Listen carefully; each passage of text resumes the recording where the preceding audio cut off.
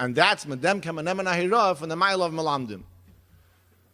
That the Iker, that a Malamed is Machanech the children, and brings them in to Liyiras Hashem. On one hand, L'cha'ira, it's kind of Dvarim Shutim. Kametz Aleph A, Kametz Beis Ba, it's simple things.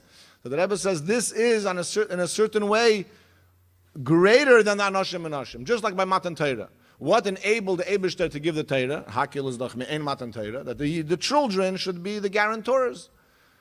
And the Rebbe says, something that affects and brings about something has to have a strength over it. So if the children are guaranteeing and enabling the Eibishter to give the Torah, because Baneinu Erev Meisanu, there has to be a Maila in the children over the Anoshim V'Noshim. As if Ashteyanish, but that is the Yisay, that is the Etzem. That is the Etzem of the Yidden coming into Yiras Hashem. This is the emphasis by Matan Torah. And the Rebbe says this is the Inyan of a Malamed. The Rebbe says we can have a Geschmack based on this. Why Rabbi Seinu Nisienu am Zechar reingelegt in the Inyan of Aleph Beis, in the Inyan of Chadorim, in the Inyan of Malamdim, in the Inyan of Chinuch al Taras HaKodesh. Why? Because this is the hechste Zach. The Rebbe says it's Geschmack, was the Alte Rebbe doch misbeinen given every day. That the Tzemach Tzedek said, Hoi, Anishma Haloshen, Mili Bashamayim, Vim Chalechafatzte Ba'aretz, Ich will ze gar nicht, Ich will mer nit, as dich allein. So the Rebbe says it's very Geschmack, that wo hat man dich allein? A Malamed hat dich allein. Because a Malamed, was vernehmt sich mit Kinder, brings them, and that is connected to the Hecher von Shemei Mipi HaGvura. And that's why the Rebbe says, on one hand, Rabbi Seinu Nisienu were busy with Shemei Mipi HaGvura, Geben Chassidus, which is Mamish Divrei Elokim Chayim, but on the other hand, so much of their time went to Chinuch Vakinder. And Machen Zicher Zayim Malamdim Yerushamayim. What's the pshat? Because that's the connection.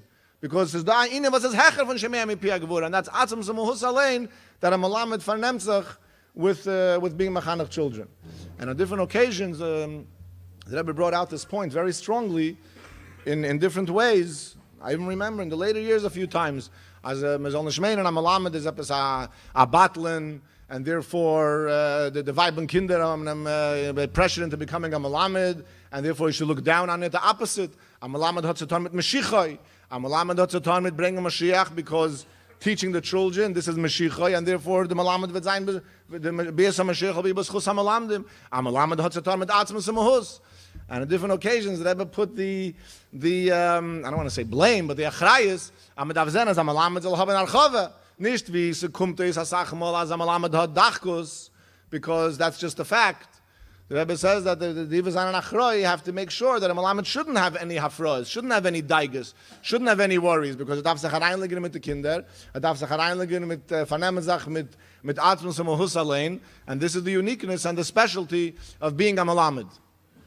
There was recently published something that was an unofficial hira. Rabbi Chadakov was calling in the people that were in charge of motivating Yungalite, what to do with their life. I think this was the late Chavs, the early Lameds, and that Divas Geinin Shtarein, and I guess then there was a big push for Rabbanim and Dayanim, and the Rebbe said Divas Geinin Shtarein and Hira for Rabbanim and Dayanim, dafen sehen, is an Angen in Chinuch, und wer melamdim. But the Rebbe said, it shouldn't come like a push. The Rebbe says you have to create an environment. You have to create an environment and a ruach that you can light on their own. It should be the most respected thing. Because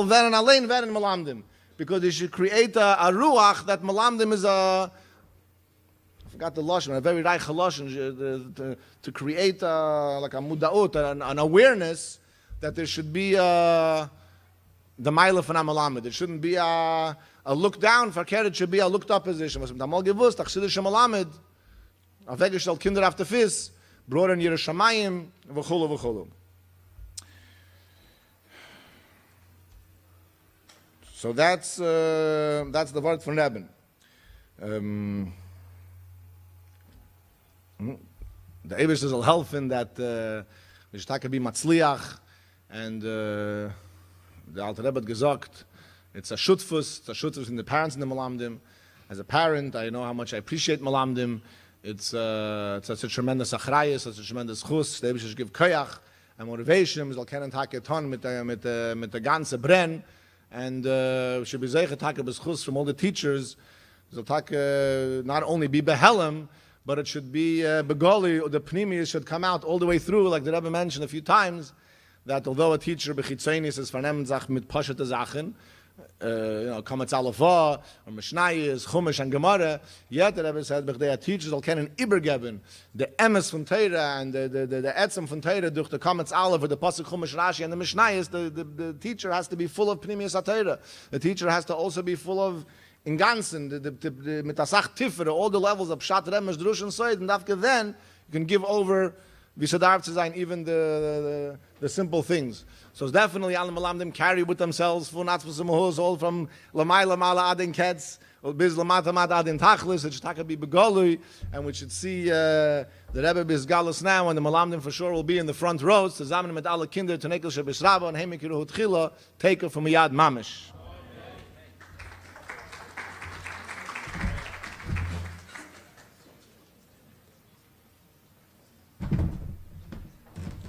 Thank you, Rabbi Lipska. Those beautiful words of Chizuk Yisarus. Okay, now on for the main event.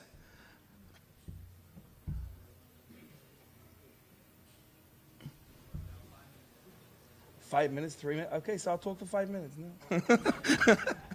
Singing niggin. Yeah. Okay, so so we'll give it a little preamble, and my wife says I talk too much, so we'll probably be okay. We had a session upstairs that and it was very interesting. Something very interesting happened at the end, and especially this is the introduction to the actual award that will be happening in about 3 to 5 minutes, or whenever I get the thumb up from the back. We were, huh? How come we said? Oh, okay. All right. Okay. All right, so I'll talk for 2 minutes. All right, okay. A mechanic came up to me at the end of the session and started talking to me about the strategies we were talking about, and how it works and how do we do this and the strategies. And I think he said he was overwhelmed, and how do you do all? So I said to him, "How long have you been teaching for?" He said 2 years. So I said, "Za'akotan Godol Yiyeh, Za'akotan Godol Yiyeh." The award that we're about to give, which I'm honored to be part of the actual giving of the award, doesn't mean chas v'shalom for a second that there is not excellence in chinuch anywhere else. This is the excellent of the excellence. This is the people, the mechanchim in this room who work hard, and those who are working, those who have achieved, those who have come to a level of chinuch that is a master teacher and a master mechanich. That's what we celebrate today.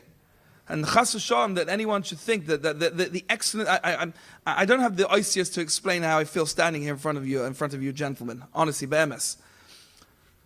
What we are here to do is to make sure, as we said in the session, to recognize. There's not one person in this room, not one menahel, not one mechanech, not one parent, and not one of us, whoever we are, who doesn't want to hear positive comments. We don't want to hear that we've achieved something. And Baruch Hashem, we have the opportunity to celebrate someone who has achieved mamash, kipshutai. So with that being said, would like to call upon the director of the Menachem Foundation, Rabbi Zalman Schneer, who's going to present the award to the Mechanech of the year, and yeah, okay, off you go.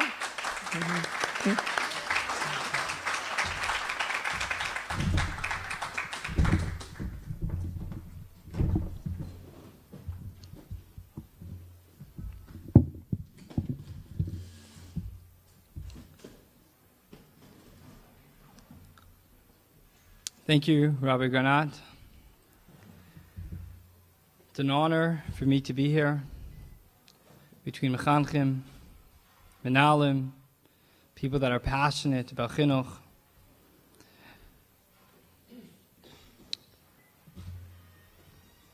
Before I introduce Rabbi Shachat, who will be announcing the winner of the award, I'd like to take a moment and talk about the award itself.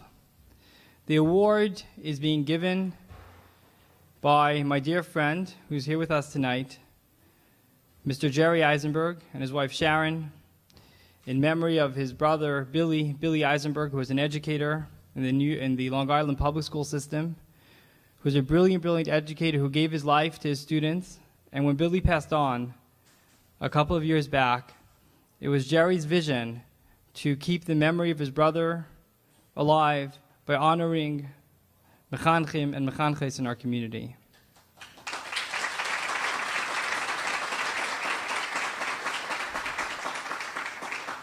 We've been doing this for a number of years, and it's a testament to Jerry's belief in strong chinuch and strong education for all our children. I'd like to call upon Rabbi Chaim Shachat to announce the winner of the Eisenberg Chinuch Award.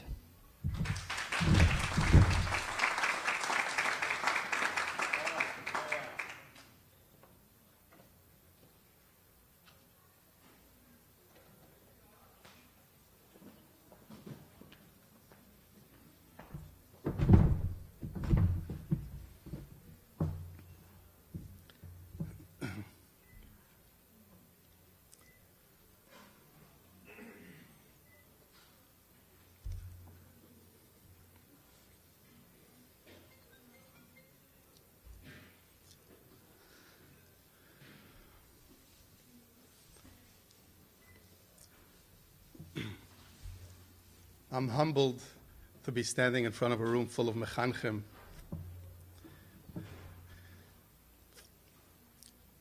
And in doing so, it brings to mind the famous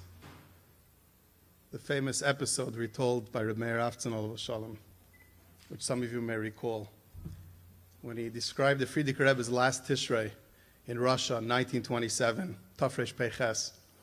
Tishrei Tafresh Peiches, a little bit before, right before he left to Riga, when he left Russia forever. The Frierdiker Rebbe was going to say a maimer, and he told Reb Chatzah to call in the Bachrim, the Idis, the Mitziyonim, the number one, the A's, the hundreds. But Reb Chatzah, being who he was, a very clever chassid, he saw an opportunity, and he told all the Bachrim, there were 20-something Bachrim at that place, he told them, come to the door is open, the Frierdiker Rebbe is going to say a maimer. They all came into the room, and the Frierdiker Rebbe said what he needed to say, but when he was done, and they left, he looked at Reb Chatzah with a question. I didn't tell you to call all the Bachrim in. You were supposed to bring in just the Mitziyanim, just those that really excelled in their studies, in their learning, the top of the top. Why did everybody come in? And Reb Chatzah answered, which I'm sure many of you have heard this, he said, Kulam ahovim. They're all beloved. All the Bachrim to me are perfect. All the Talmidim in the yeshiva are excellent. To me, everybody here is a Mitzuyin. Kulam ahovim. He said it with one word. Kulam ahovim. So the Frierdiker Rebbe retorted, Kulam berurim. That you may love them all, but does that mean that they are all are really of stature?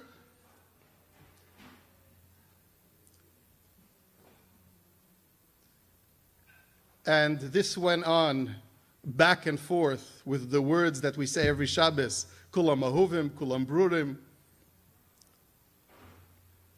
Kulam Kedoshim, the Frierdiker Rebbe asking each one, and Reb Chatzah responding with the next word, until finally Reb Chatzah had the last word. He answered the Frierdiker Rebbe, V'chulam oisim be'ema v'yira, ritzayin kainam. Can I tell you that every Bachar is holy? Can I tell you that everybody is perfect? Can I tell you that everybody learns exactly the same and davens exactly the same? But kulam oisim be'ema v'yira ritzayin kainam. Every Bachar, and I'm adding, every Bachar in Taim Chet Mimim is serious, is earnest. Everybody wants what's best. Some of us have strengths, some of us have weaknesses, some of us have shortcomings, we all have our natural affinities, but everybody wants what's best. And the Frierdiker Rebbe accepted it. I'm standing here before all of you, and I say this from the bottom of my heart. You, every single one of you in this room, mechanchim, holy mechanchim, you are my heroes. V'chulam oisim be'ema v'yirah etzayin kainam. I have no words to tell you, standing in front of you here.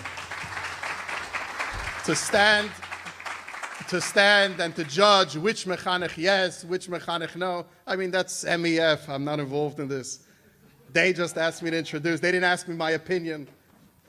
I didn't write any op-eds about it, not even anonymously.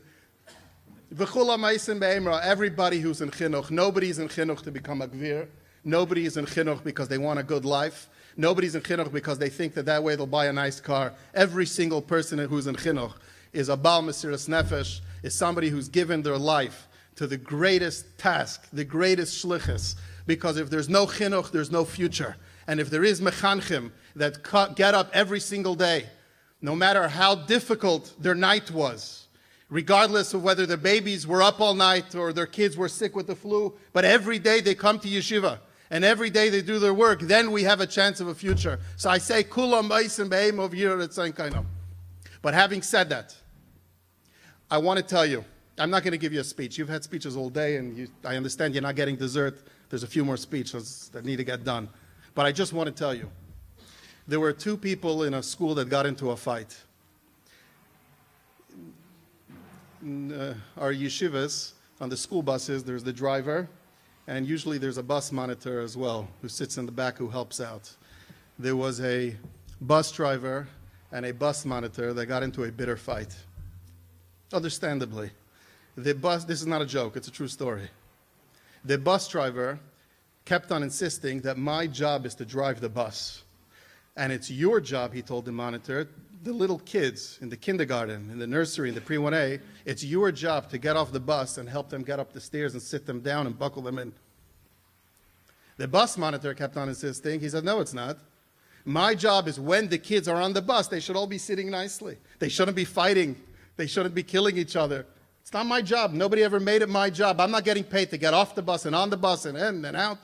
That's your job. You're the driver. You're the captain. You make sure everybody gets on. My job is once they're on to make sure they're safe. And this went on back and forth and back and forth. Each one said, I wasn't hired for this. In my contract, it doesn't say that. I'm here to drive. And the other one said, I'm here to buckle them in.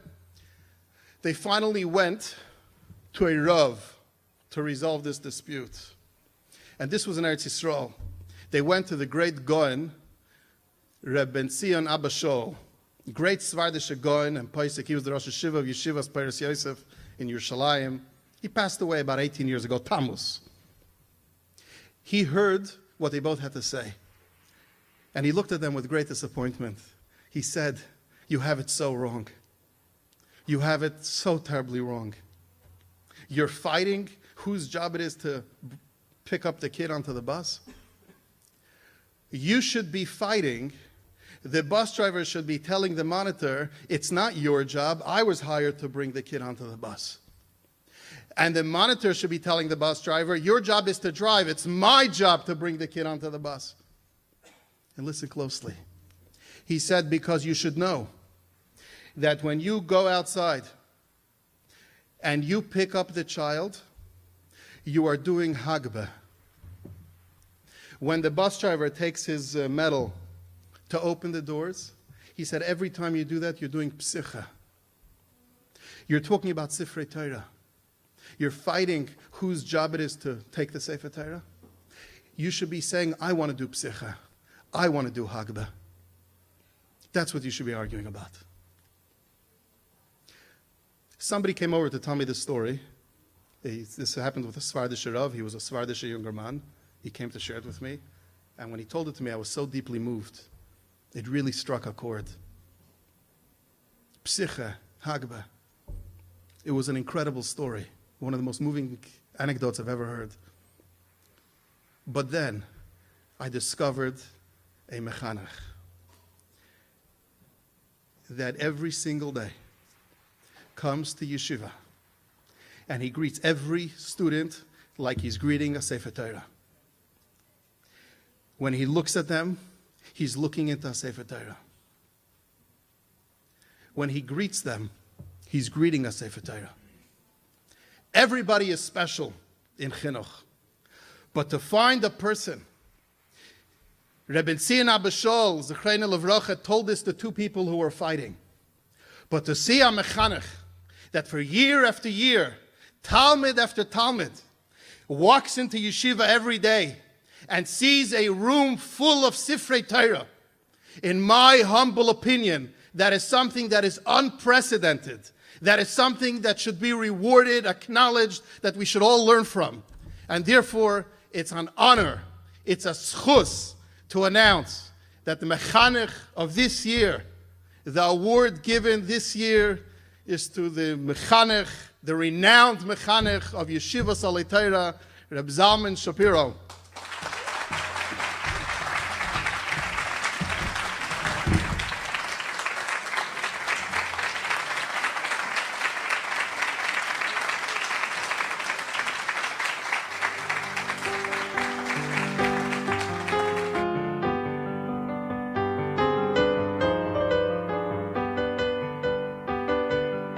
Rabbi Shapiro taught our son last year, and he was an absolutely phenomenal teacher.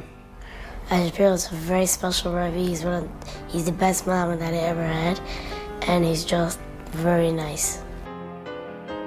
In the beginning of the year, they have an orientation with all the parents. He looked at all the parents and he said, I want you to know that in my class, before I do anything with one of the boys, with one of the kindlach, I always think, if it was my own child, would I do the same thing? When I walk into Rabbi Shapiro's class, sticks out, and what I see is a Rebbe, was redt in Yiddish, Talmidim empfen zurück in Yiddish, and alles retten dort auf Yiddish. So Geschmack gesagt zu sein. All the kids that I saw, my son and his friends, they had a year that they were constantly excited about learning and anything that had to do with Chassidishkeit.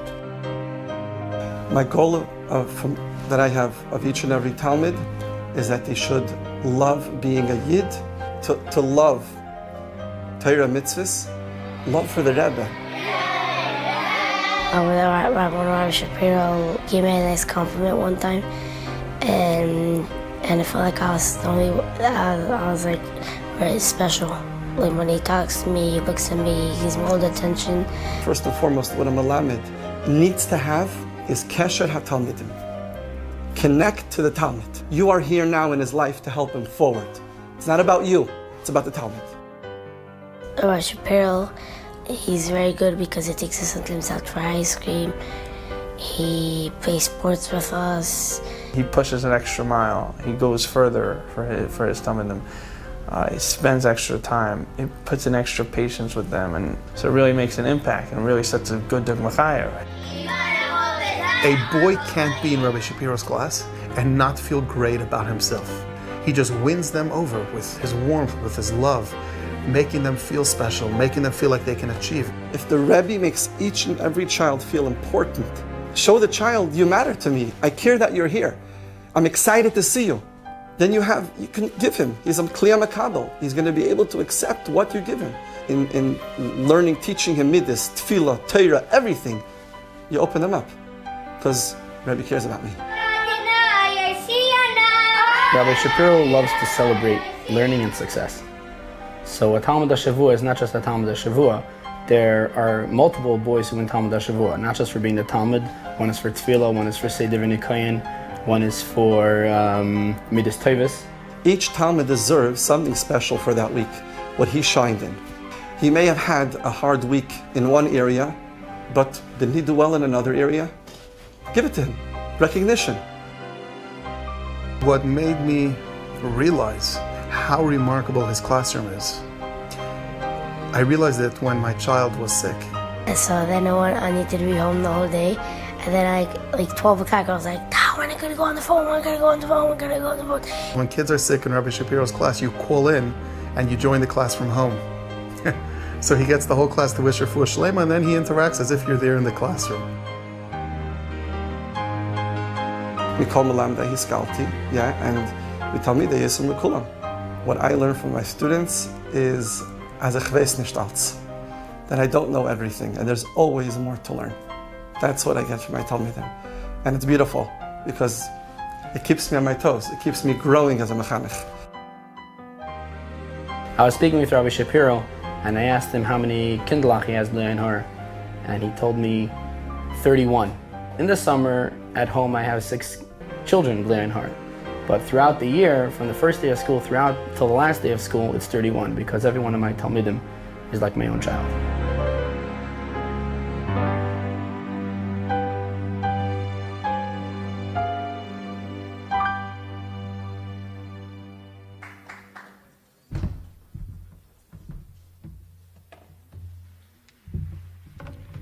It's my honor to call upon Mr. Jerry Eisenberg to present the Eisenberg Chinuch Award.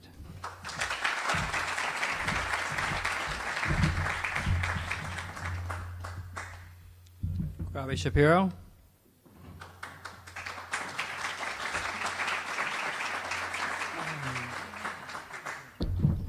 Rabbi Lustig, Rabbi Olshansky. Rabbi Lustig, senior.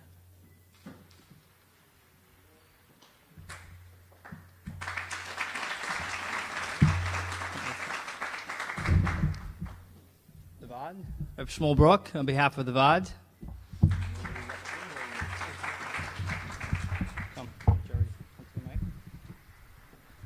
I'm going to read the award.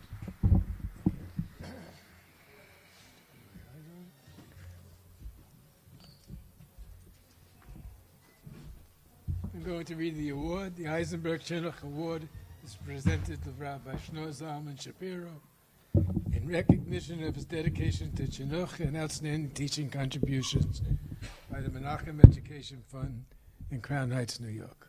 Congratulations.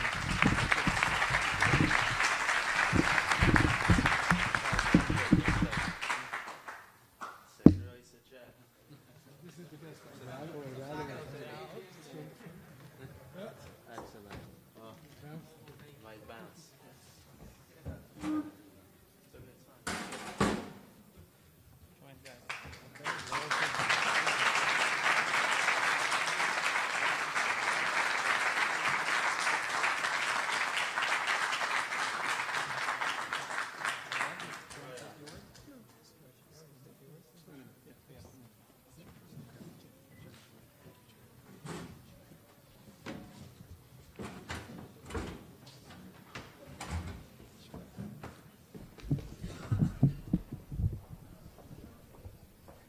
I'm just going to be a minute.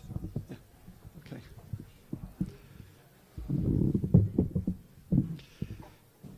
okay.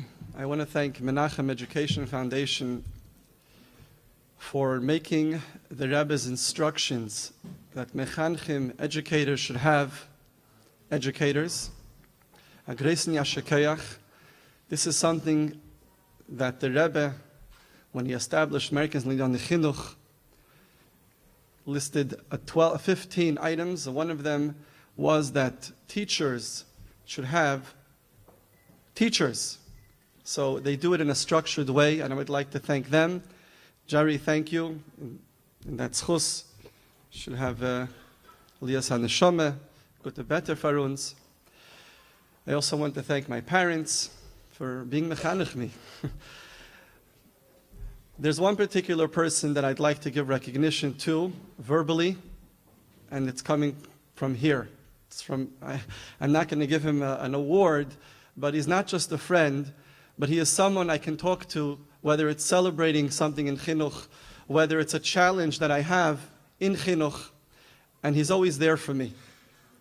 And that is someone I've worked with in a moisid, and we stay, Baruch Hashem, in touch all the time as a chaver, and I want to thank you, Shnei Zalman Goldstein. Thank you very much, Zalman.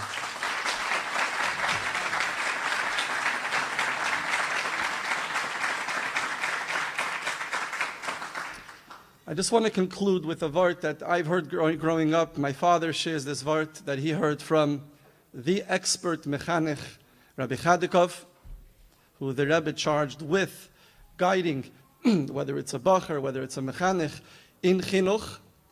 And he shared this vart with my father, which I've heard Kenai Nahara quite a few times. And I think we can take a lesson from this. So it says in the Torah, that you honor, we're supposed to honor your father, your mother. You'll have a long life. That's the simple meaning. Honoring your father, your mother, and you will live a long life. Says Rabbi Chadikov that you have to be kabed esavicha ve'esimecha. And I think it applies to a mechanech, and I'll explain shortly. The parent we are, as a parent, or the mechanech we are, or the mother we are educators. We have to respect the avicha, the father that's within us, the mechanech that's within us. That when a mechanech is not just in a classroom, but he is walking, he is talking, he is eating.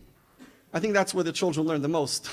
Not necessarily when you're doing frontal teaching, but there's the Rebbe looking at the child. You're valuable. And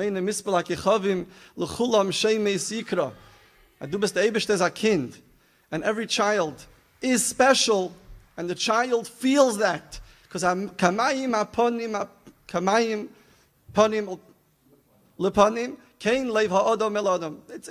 resonates. The child feels it.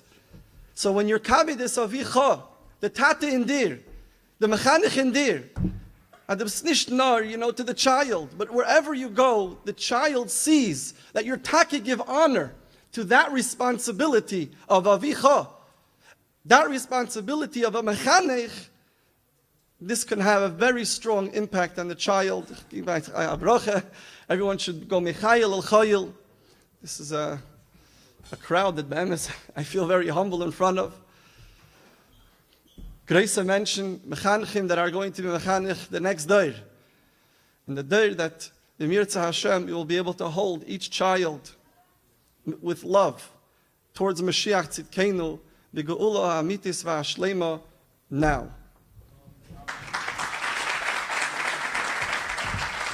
Supposed to take this?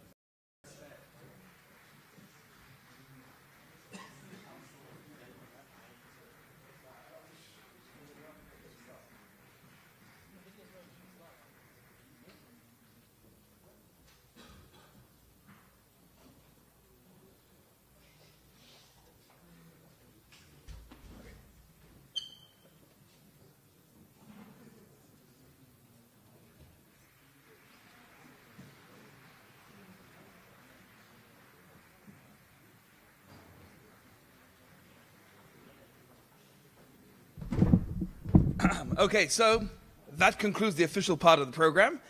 Mazel tov, Rabbi Shapiro.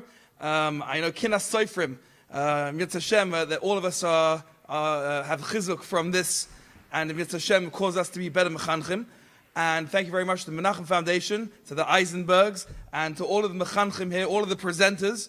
And Mitzvah Hashem will continue to go mechayil chayil, and now we go on to the food. Thank you very much.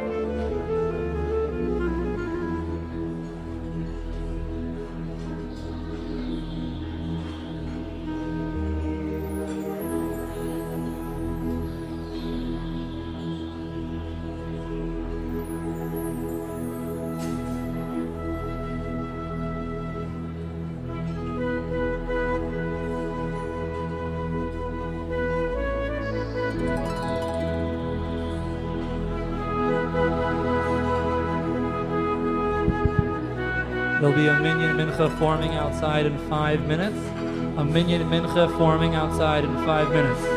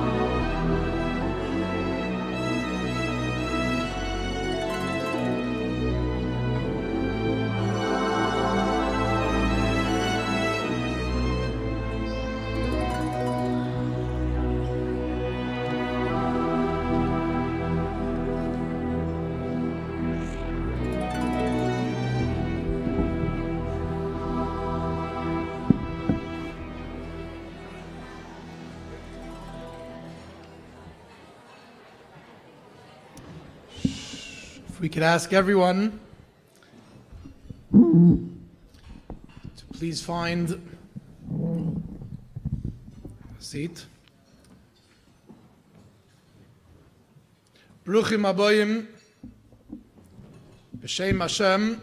I'd like to take this opportunity to welcome all the esteemed Mechanchim, Mechanchos, supporters of Chinuch, Franco family, the Eisenberg family, friends of the Menachem Education Foundation, friends of education, to tonight's dinner in tribute, this Hakel gathering, in tribute to the dedicated educators, Mechanchim and Mechanchos of the Chabad institutions, representing institutions throughout the entire world. Of course, it's worthy to note that today's day dedicated to education and growing education, taking education to the next level, paying tribute to all of those who dedicate their lives to Chinuch, is also marking 40 years of the Rebbe's call an introduction of the concept of Shnas HaChinuch, the Miftzah of Chinuch, back in Toshin Lamed Vav. And as tonight is also a Hakel gathering, we begin the evening with reciting the Rebbe's Kapitel of Tehillim, along with Kapitel Chaf, for all those who are in need of a refuah shlema, for the safety of our brethren in Eretz Yisrael, for a refuah shlema for a particular mechanech, Menachem Aaron HaKoyen Ben Fega, who has been a mechanech in many of the institutions represented here tonight, along with anyone else who is in need of a refuah shlema, as well as l'schus, the hatzlacha, for each and every one of us, each and every one of the dedicated families of mechanchim and mechanchois, so that we should have true hatzlacha in our shlichus ba'avodas hakodesh, and be blessed with nachas and parnasa for ourselves and for our families, and much nachas from our students as well. Please welcome Rabbi Levi Marazov from the Yeshiva Center in Melbourne, Australia, who will lead us in reciting the Rebbe's Kapitel and Kapitel Chaf. Copies of the Tehillim are on the screens.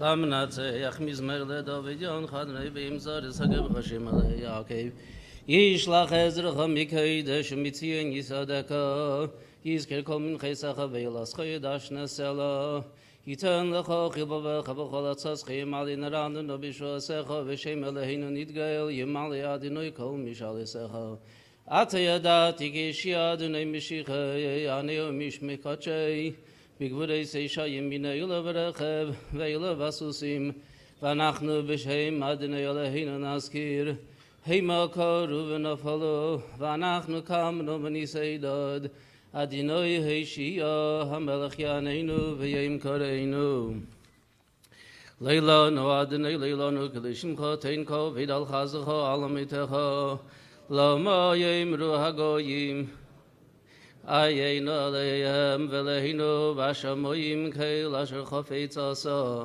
עצבים כסף וזהב ומעשי ידי אדם פלהם ולא ידברו עיניים להם ולא יראו אוזניים להם ולא ישמעו אף להם ולא יריחון ידיהם ולא ימישון רגליהם ולא יהלכו לא יהגו בגרינם כמיהם יעשם כל אשר בטח בהם ישראל בטח בדינו יזרום ומגינם הוא בייס ערין ביטחו בדינו יזרום ומגינם הוא ירא אדינוי ביטחו בדינוי יזרום ומגינם הוא אדינוי זכרנו יברך יברך את בייס ישראל יברך את בייס ערין יברך ירא אדינוי הקטנים הגדולים יסף אדינוי עליכם עליכם ועל בניכם ברוכים אתם לאדינוי יסי שמים וארץ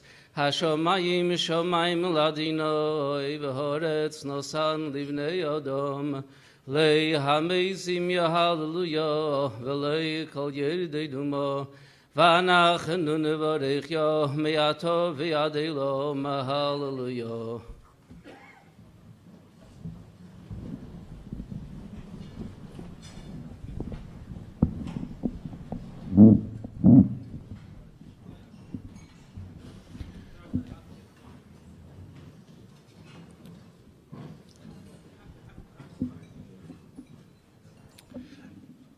As I heard the story related to me by the son of one of those involved in the story, on Chaf Beis Tevis, Tavshin Memches,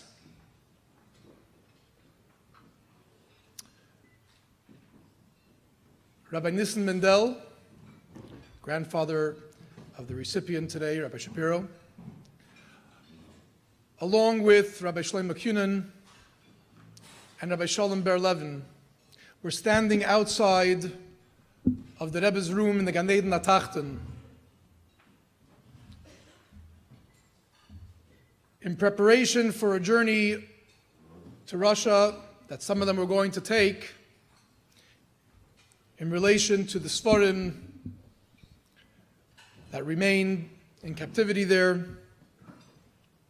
And the Rebbe came out from his room, and the Rebbe greeted them, shared with them divrei bracha, and then the Rebbe went back into the room, and he brought out pages of a mimer that the Rebbe just was magia to be printed in honor of Chavdala Tevis.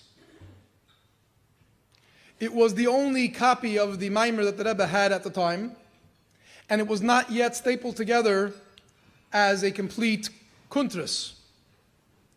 The Rebbe gave each one of the Choshev Yidden standing there one page of the mimer. He started with Rabbi Mendel. He said, "Ihr seid doch der Älteste," and he gave him the first page, and then he gave the other two pages of the mimer. And then the Rebbe said, because each one only had one page, "Auf zu lernen der mimer, wird ihr dafen ankommen einem zum zweiten." To learn this mimer, you are going to need to rely and to support, loosely translated, one another. Good. That's important. One of the Ma'amoros that the Rebbeinu Shalom said in creating the world was the statement of Na'aseh Adam. Let us make man, let us create man. And of course, all the commentaries ask the question, what's Na'aseh Adam? Why does it say it in the plural? And Mefarshim, the commentaries give different responses as to what Hashem was referring to when he said Na'aseh Adam, Neshamas Yisrael, Tzadikim, etc., etc. There is one chinuch thought, which is attributed to the Yismach Moshe, I believe, in which he says that at that point in time, the human being was already created. The statement Na'aseh Adam was, let us take this human being and educate him. Let us form this human being and make a mensch out of this human being. And that is something which the Rebbeinu Shalom says, I cannot do alone. It actually requires a group effort. There's HaKadosh Baruch Hu, Aviv, V'imoi, a mother, a father, God's blessing, and of course, the need for educators, community members, people to be involved in ensuring the education of this child is a joint endeavor, Na'aseh Adam. Auf zu lernen der Maimer von Na'aseh Adam, to truly be able to appreciate and to bring the statement of the Rebbeinu Shalom of let us educate man, let us make him into a mensch, let us make her into a mensch. We need each other. We need the support of parents, we need the support of other educators, we need the support of institutions that are established for the purpose of promoting the quality education, that are there to promote development within the field of chinuch, so that we have the ability to get together as we have done today in a manner of dibuk chaverim. This is one of the ways that Torah is acquired, is through dibuk chaverim. In the literal sense, it means through students talking to each other and learning with each other. But certainly when it comes to the transmission of Torah, dibuk chaverim, of mechanchim and mechanchos having the opportunity to learn this mimer together, to discuss education, to hear from one another ideas, to be able to get support and chizuk from each other, is paramount in order to ensure quality chinuch for our students, for our children.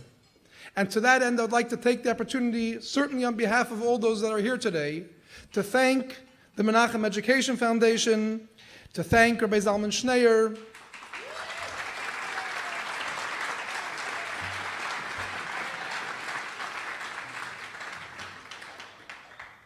to thank Rabbi Nissen Brennenson,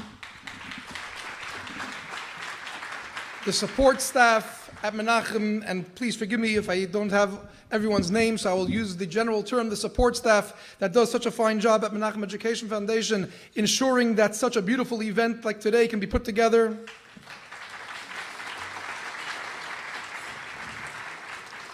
To the Vad Ruchni of Menachem Education Foundation, as well as to all mechanchim and mechanchos that joined the committee to organize and put together this beautiful event, which is so inspiring and so supportive and so necessary for us to be matzliach in our avodas hakodesh, the Eibusha should help that during this year of Hakel, this endeavor of Achdus, this show of support, should truly lead to us being able to provide the best and the finest in Chinuch, in Yiddish, Chassidische Chinuch, for our Talmidim and our Talmidos.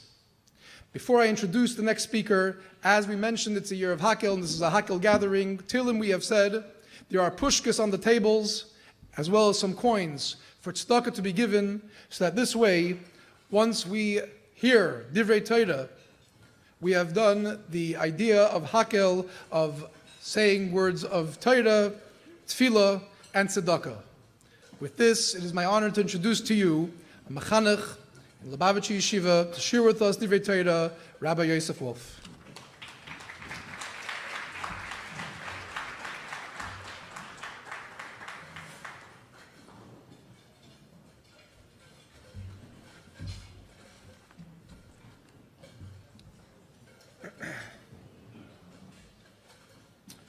Let me share with you a conversation I typically have.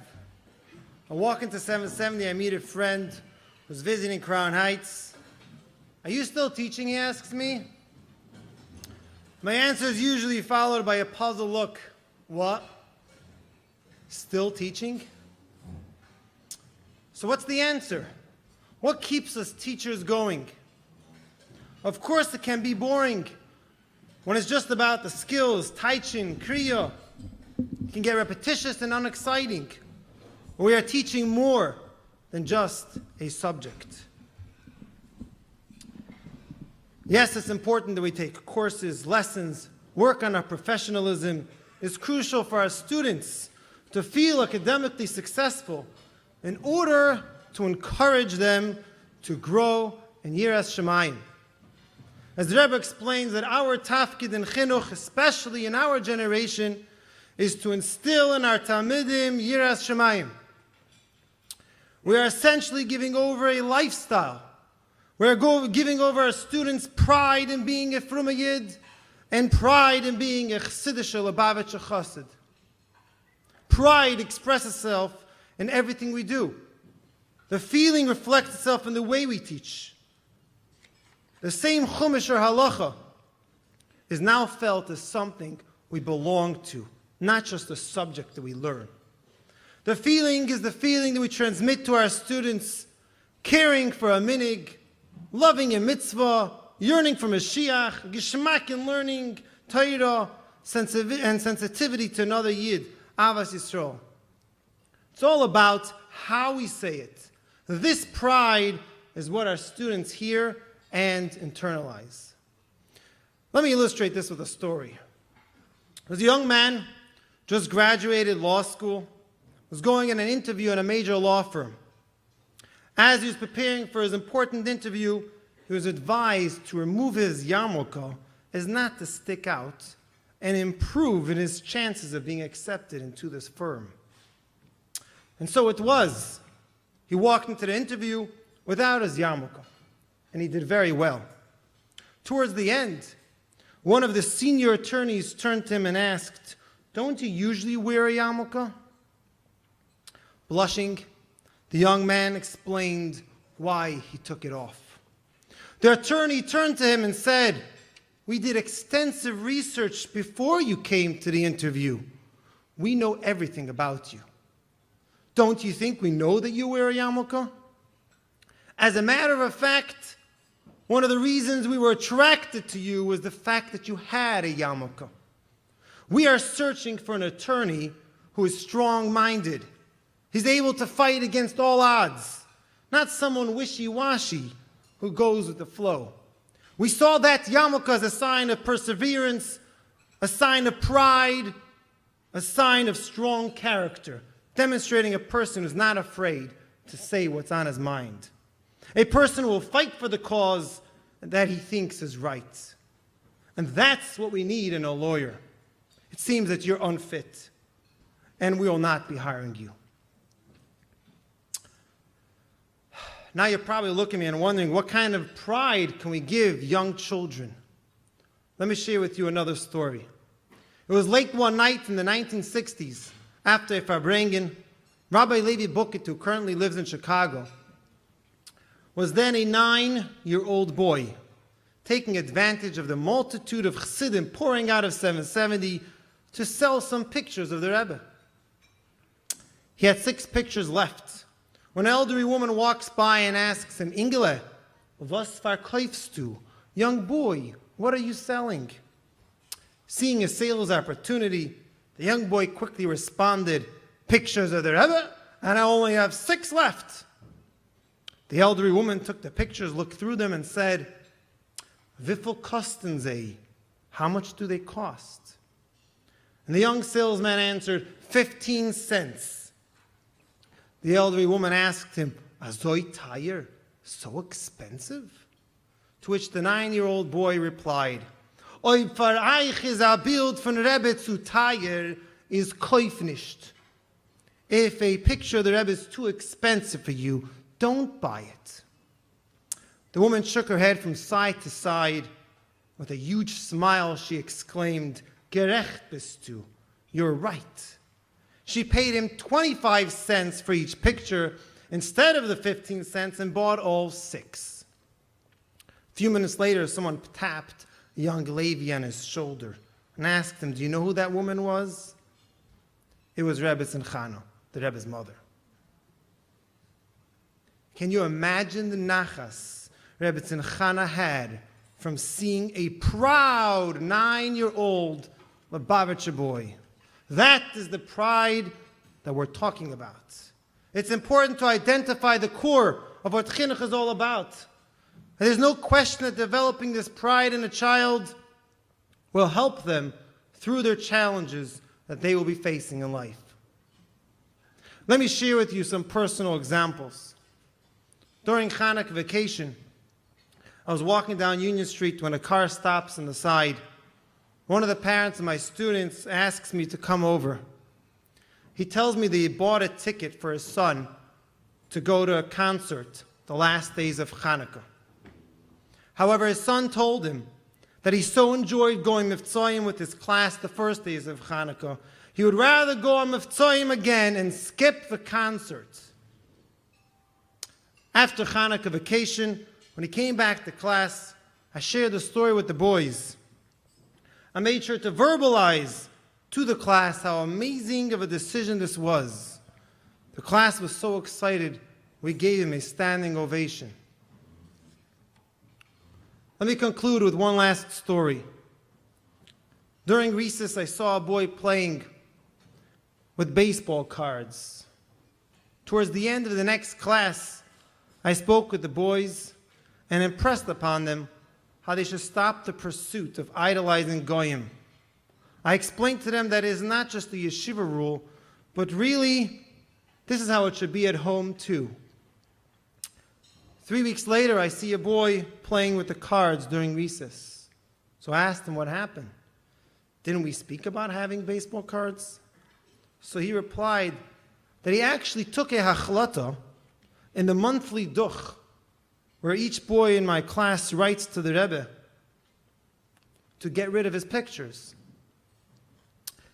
He posted them on eBay, but he couldn't get a buyer. Therefore, he brought the cards to school to sell it to a younger boy. I explained to him that selling the cards to Yiddish boys is defeating the purpose. So I asked him how much is he selling it for. He said $20. So I offered him the $20 to buy it on condition that tomorrow during recess, he rips it up with his friends. The next day during recess, he started to rip up his cards, thereby taking his treasured collection and ripping them up piece by piece. The boys joined in the fun, and sure enough, there were more volunteers who stepped up and decided to rip up their collections. Once we broke out of idolizing Goyim, we started to collect pictures of the Rebbe. I gave them albums, and they earned pictures of the Rebbe, which they put into their albums. How amazing it was to watch the boys enjoy collecting and trading pictures of the Rebbe with each other. May we all be zeichet to continue to inspire our Talmidim, and Hashem should bench everyone with all the brachas the Gashmis and Baruchnis. The Rebbe said that the schus of being involved in chinuch will protect us and our families with health, harchavas hadas, and raising our children l'toira l'chuppah l'maisim toivim. Yesterday was Gimel Tammuz, and in Tov Shalom at Beis, which was 22 years from Yud Shvat, the Rebbe expanded on the story of Yosef HaTzadik, how he was yearning for his father for 22 years. Today in Tov Shalom Vav, which is 22 years from Gimel Tammuz, as the Rebbe mentioned, we are standing moments before the Geula. Let's beg Hashem that He should send Mashiach, and the Rebbe will surely take us out of Golus and lead us to Yerushalayim with the third Beis HaMikdash. Take it from Yad Mamish.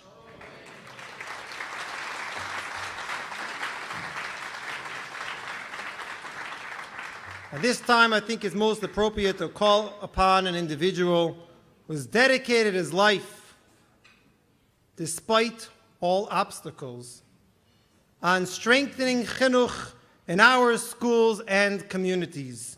The Executive Director of the Menachem Education Foundation, Rabbi Zalman Schneier.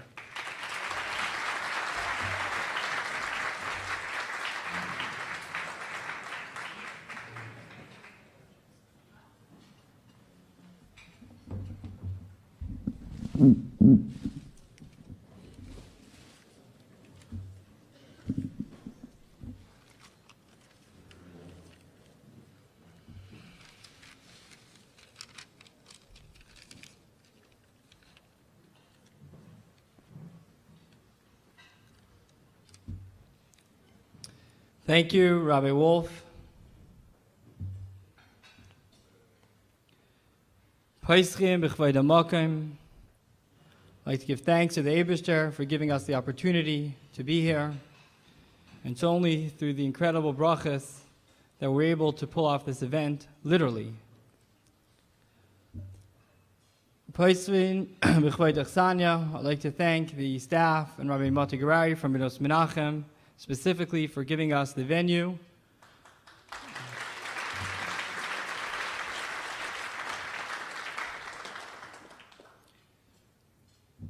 I'd like to thank all the sponsors for this event.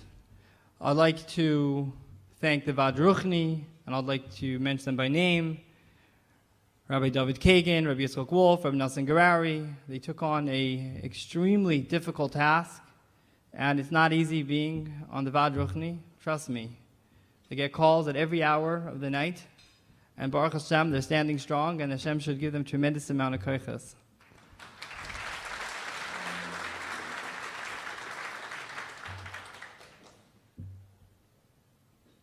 This event would not be possible, as Rabbi Greenbaum mentioned, without the work of some incredible people. Rabbi Nissen Brennenson, whose vision and inspiration really to every single detail made this convention a reality.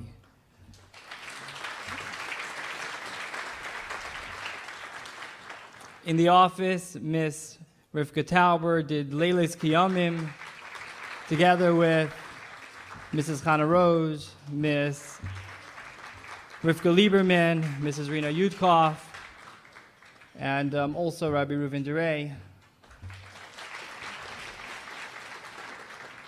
And as I look around the room, I would like to mention and recognize the presence of a very, very dear friend, Dr. Charlotte Frank.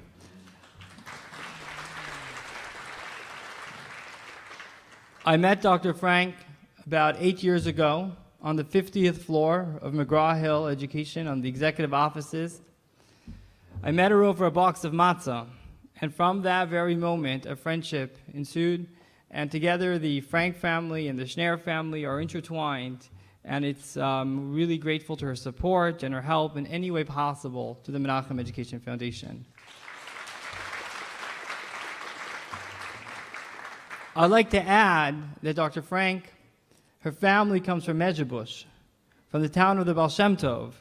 So you should have a lot of Hasidic nachas, and the Baal Shem Tov should be proud of your family.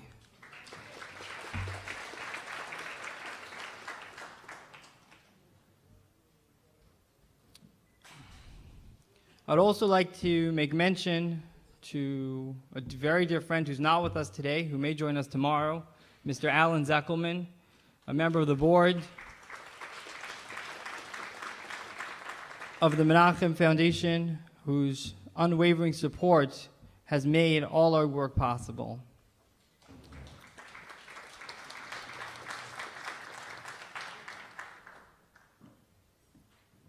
And it wouldn't be complete without mentioning Jerry. Hashakach.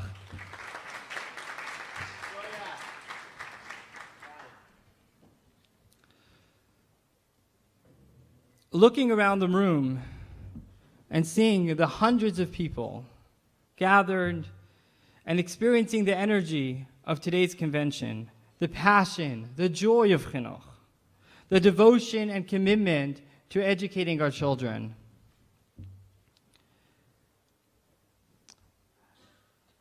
Just taking it all in, Chinuch is rich, Lubavitch is rich. We have such wonderful people at the forefront of our classrooms, at the forefront of our schools, giving it all they got every single day.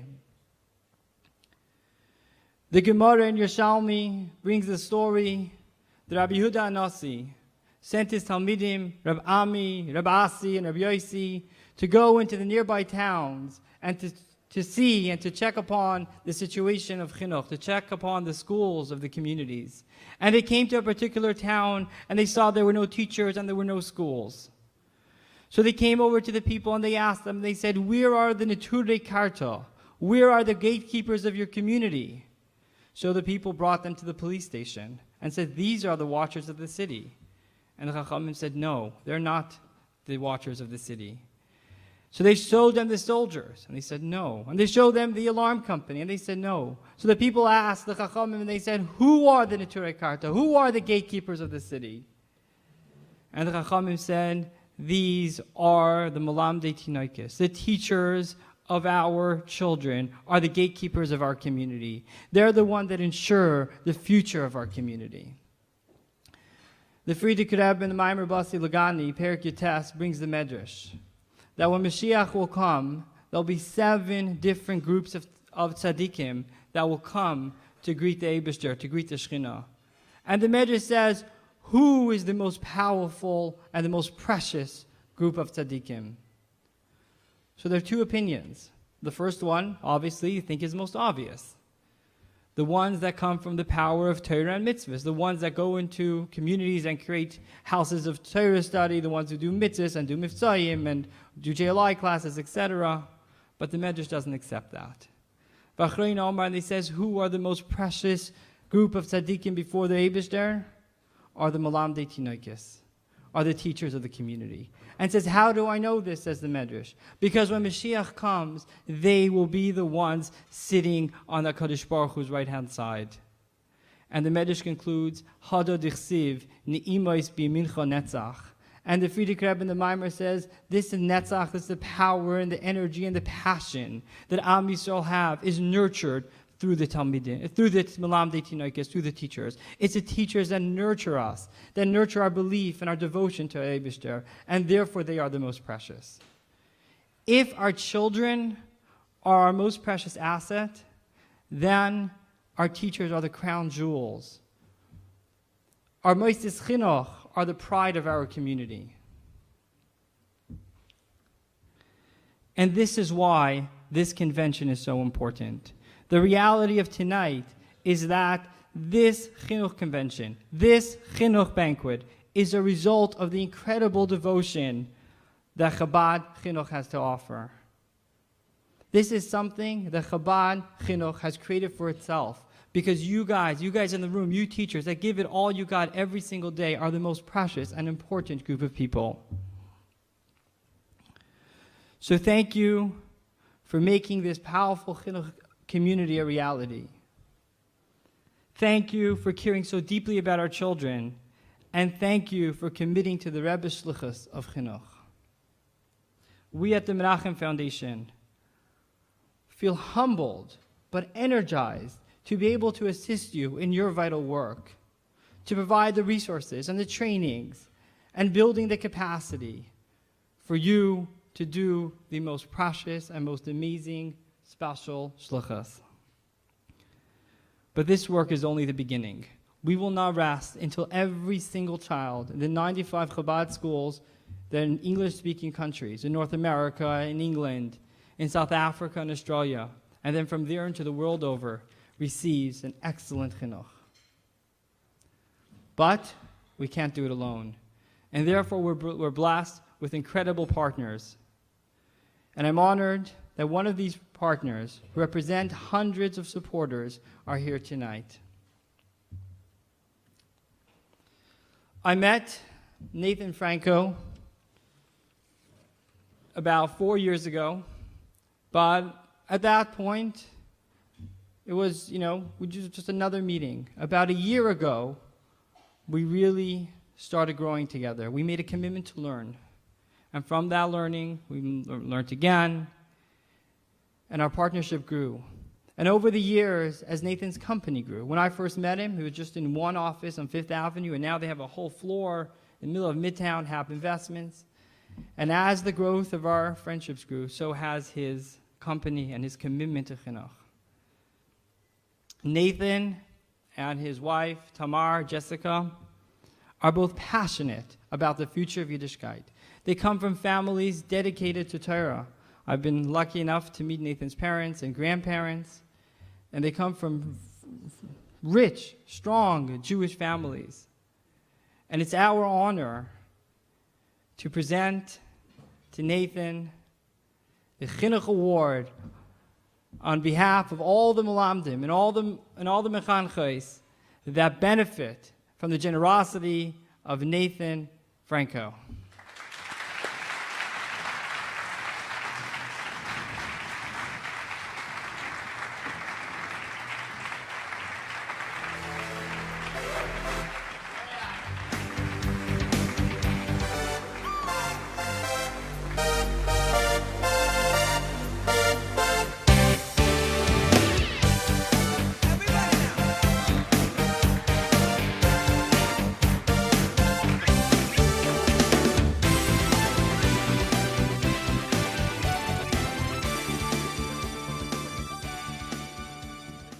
Partners in Chinuch Award presented to Mr. Nathan Nissim Franco, the Chinuch Banquet, 4 Tammuz, 5776, July 10th, 2016.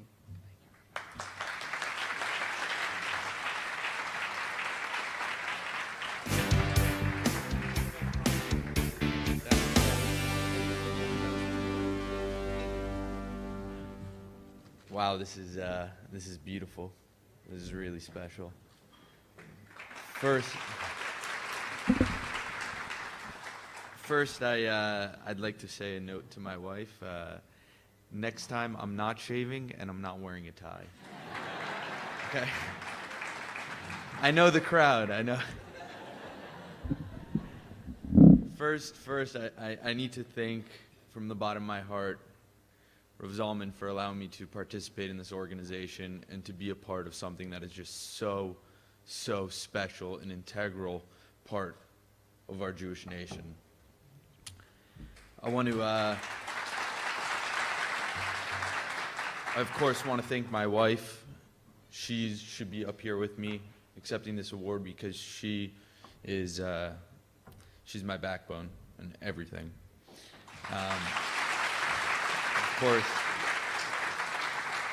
Of course, my parents, my grandparents who came from far, my grandparents-in-law who are like my grandparents. They are my grandparents, and of course my friends, and most importantly, you guys, the teachers, the mechanchim. Give it up for you guys. That's why we're here. And especially Rabbi Shapiro and Mrs. Gerber, congratulations. Amazing, fantastic. You know, it's really humbling to be here in front of all of you. You know, when Rav Zalman asked me if I would, accept this honor, I was very hesitant. I was a bit nervous. I didn't know why he was asking me of all people. I mean, I'm not the most, the smartest. I'm not the richest. I don't know.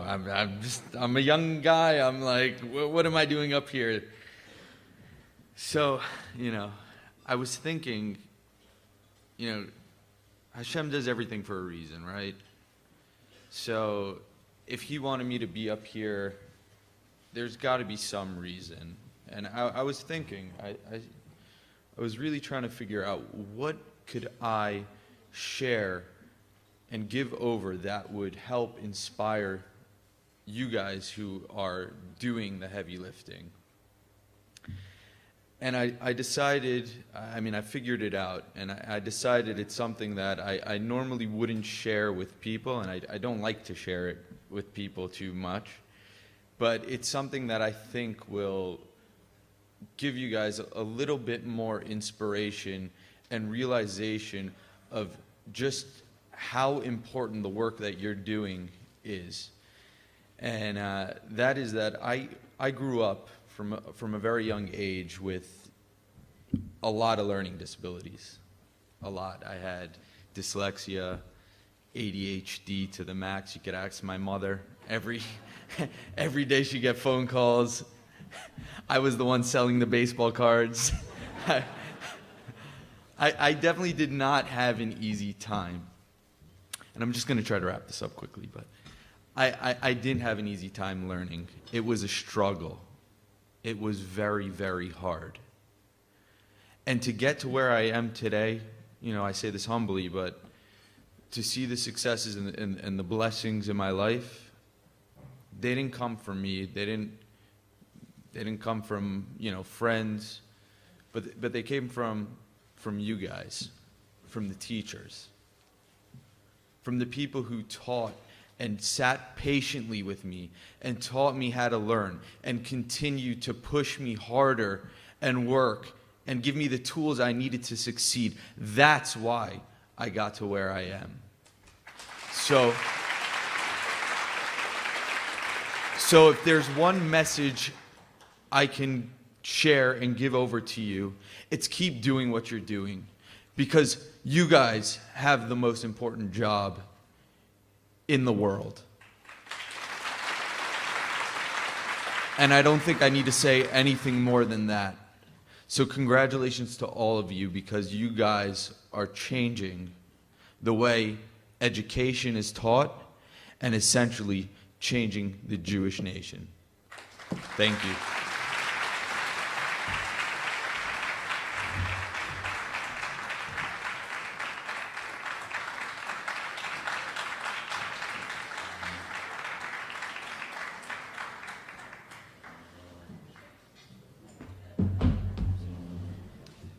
Please direct your attention to the screens for the Mechanech's privilege.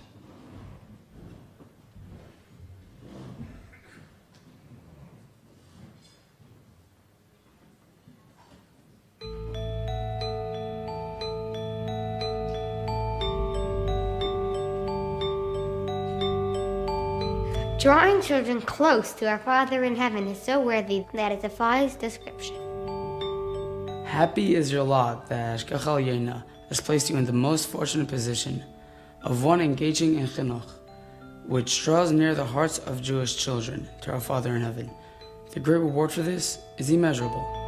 Not everyone merits this privilege. Our sages referred to educating a child as a heavenly calling. How great is the privilege bestowed by Hashem upon the individual whom He has appointed as the guardian of His vineyard. Every good deed and influence you direct towards children forges an eternal bond between you and them. There is no need for me to stress the great privilege of all who are involved in this endeavor. Saving one individual is equivalent to saving an entire world. How much more so does this apply to endeavors involving the rescue of many individuals? So great is this merit that it draws down the blessing of Hashem upon you and the members of your family in all their needs. Whoever's engaged in authentic Chinuch receives a special reward, namely true nachas from their own children. Greater than the benefit bestowed by the educator upon the child is the benefit that the child returns to his educators. When one studies Torah with a Jewish child, the The child becomes a new entity as if the teacher has given birth to this child. The main task that rests upon our generation is chinuch. In our times, the call to education is in the category of pikuach nefesh. Ashrei chelkoi. Ashrei chelkoi shezachar lazeh. Ashrei chelkam. Ashrei chelkam shel kol elu. Shemekarvin levavos yaldei Yisrael le'avihem shebashamayim. Gadol zechus zeh. Meleches shamayim. Melacha zu, melacha shamayim hi. Is a sichere Sache, das was jeder hat bei Hashgacha Pratis, den Tafkid und der Schlichis Aston und Chinuch in Erziehung, gibt der Eibester alles, was es nötig, können durchführen die Schlichis in der Fuß der Mord und in guten Stimmung und mit Größe Hiswade. Und wie hier rotzen, der Eibester soll matzliach sein, jeder von nach allem zusammen. Und durch das soll richtig umkommen auf die Schlichis, oder die Umweisung von der Seele zu die alle, was können tun und finden. Also sein Gräßhatzloche, mag Spiel sein, einwiesen auf die Talmidim und die Talmidis. Also sollen sein jüdische Kinder, der alle 24 Schof und Sled. Und ist aus Essen dem größten Stoß, was hier kommt in der Ruf beitragen.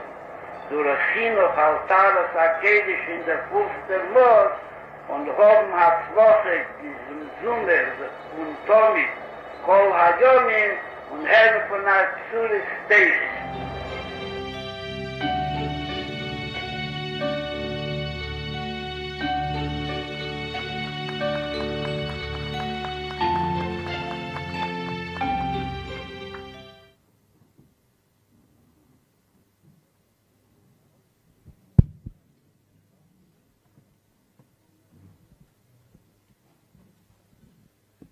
I'm not an orator, and if I wasn't asked to give a speech, there's no time for stories.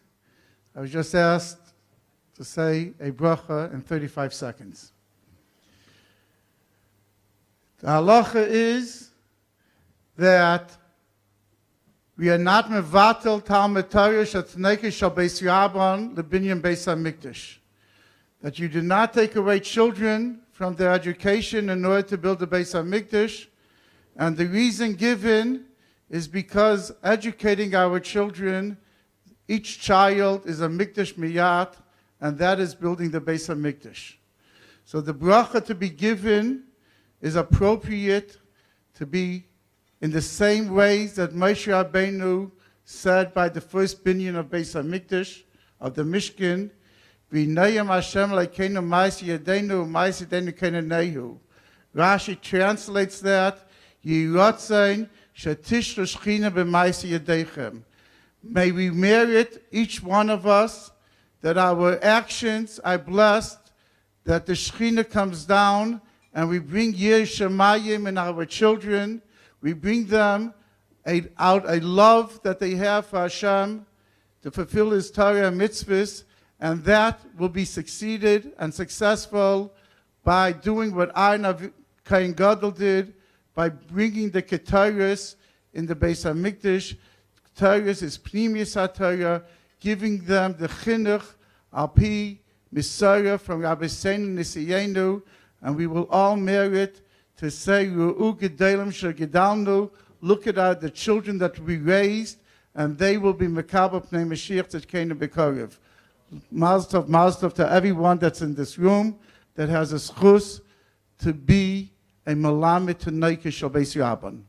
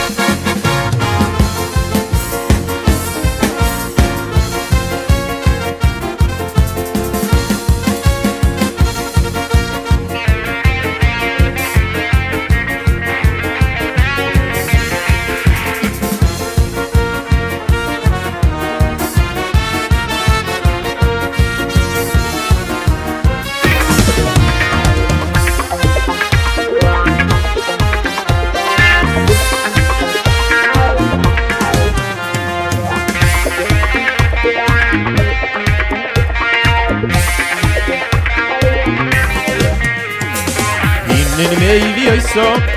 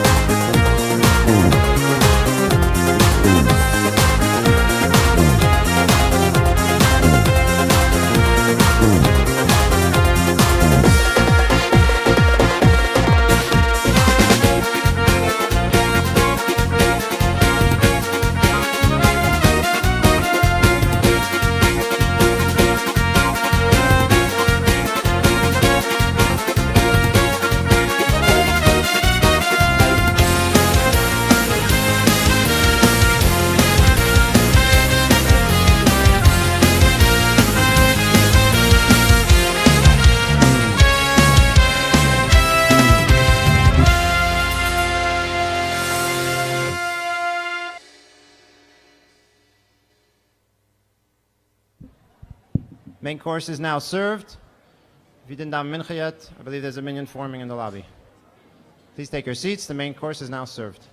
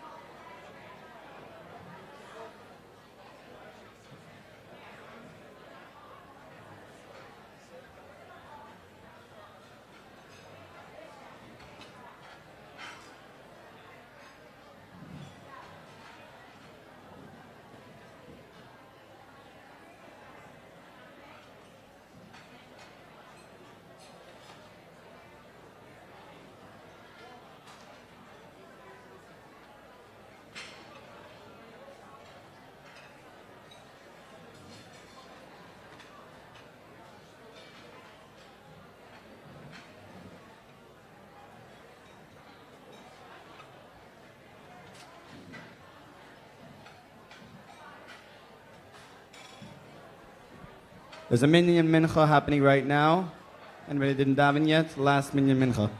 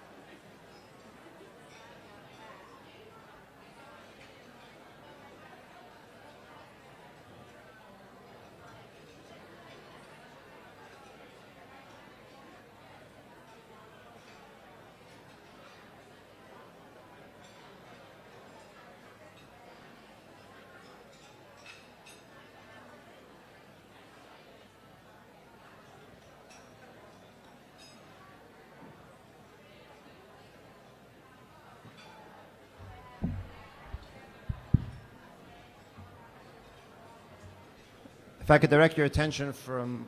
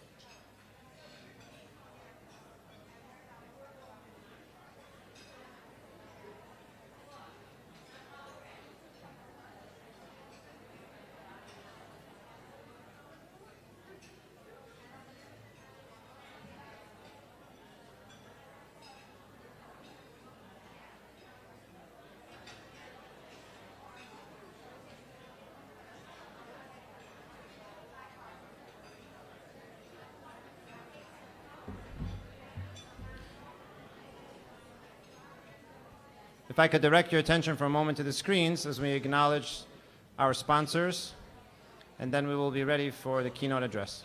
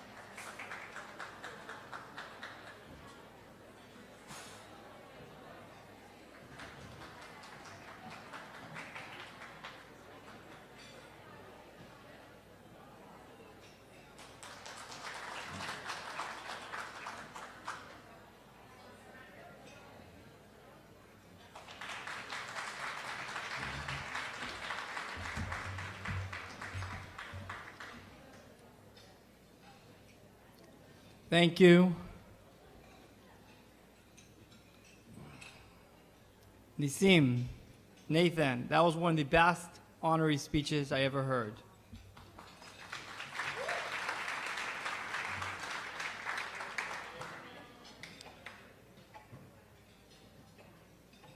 I'd like to take a moment and thank my parents for coming and their encouragement. My in-laws,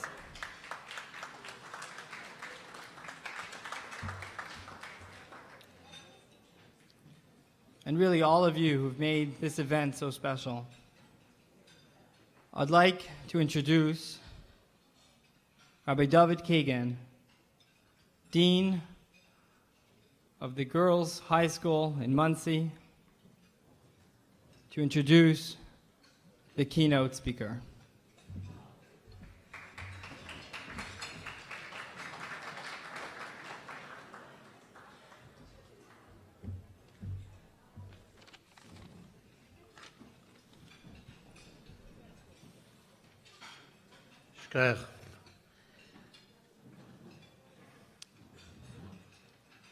I'm going to tell a story which is a little bit of a moshel about chinuch, about education. Imagine a moonless night some 94 years ago at the Russian-Polish border. A small group of Bachurim are attempting to escape from Bolshevik Russia into Poland, where in Poland they can learn Torah openly. A non-Jewish smuggler has been paid to lead them across the border, and he cynically sets a blistering pace. Among the group, the youngest, a small, skinny 14-year-old, is desperately trying to keep up. He is exhausted and near collapse. He dare not ask them to stop, because delay could mean failure and could be fatal. An older boy of 16, of stronger build, realizes the plight of his young friend. He bends down, lifts the younger boy onto his shoulders, and carries him to freedom. Now, this is not just a mashal describing what our mission as mechanchim, that is, to bend down and lift up all of our talmidim. Or as the Rebbe famously answered to Rebbe Yosef Weinberg, Zechrein Livrocha, who had apologized for leaving a note underneath the door of the Rebbe's office. And then he realized that the Rebbe had to bend down and pick up the paper, so he apologized. The Rebbe brushed away the apology, and he said, Haloi ze kol inyoni, isn't this what I am about? That I lower myself to lift up, to elevate. So that is, in the sense, a moshel, a parable about education. But this is not merely a parable, it is a true story. It actually happened. The younger, weaker boy was my father, Avi Meiri, Rav Yosef Avram, Zichreinu Livrocha, and the older boy who bent down, picked him up on his shoulders, and saved his life was Rav Yisroel Chazdan, Zichreinu Livrocha, the father of our guest speaker.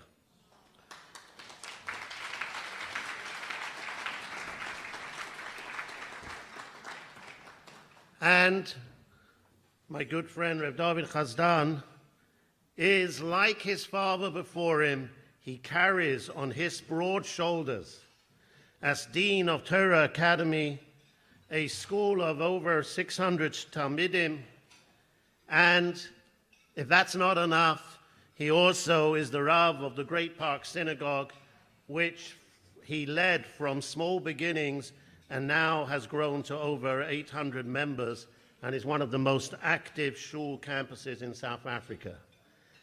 He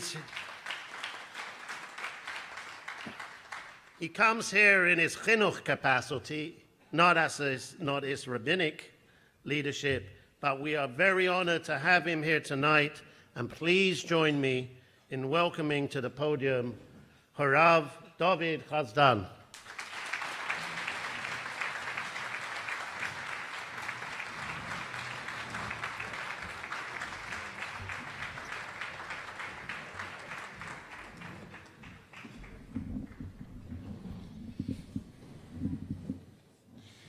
Thank you very much, Rabbi Kagan.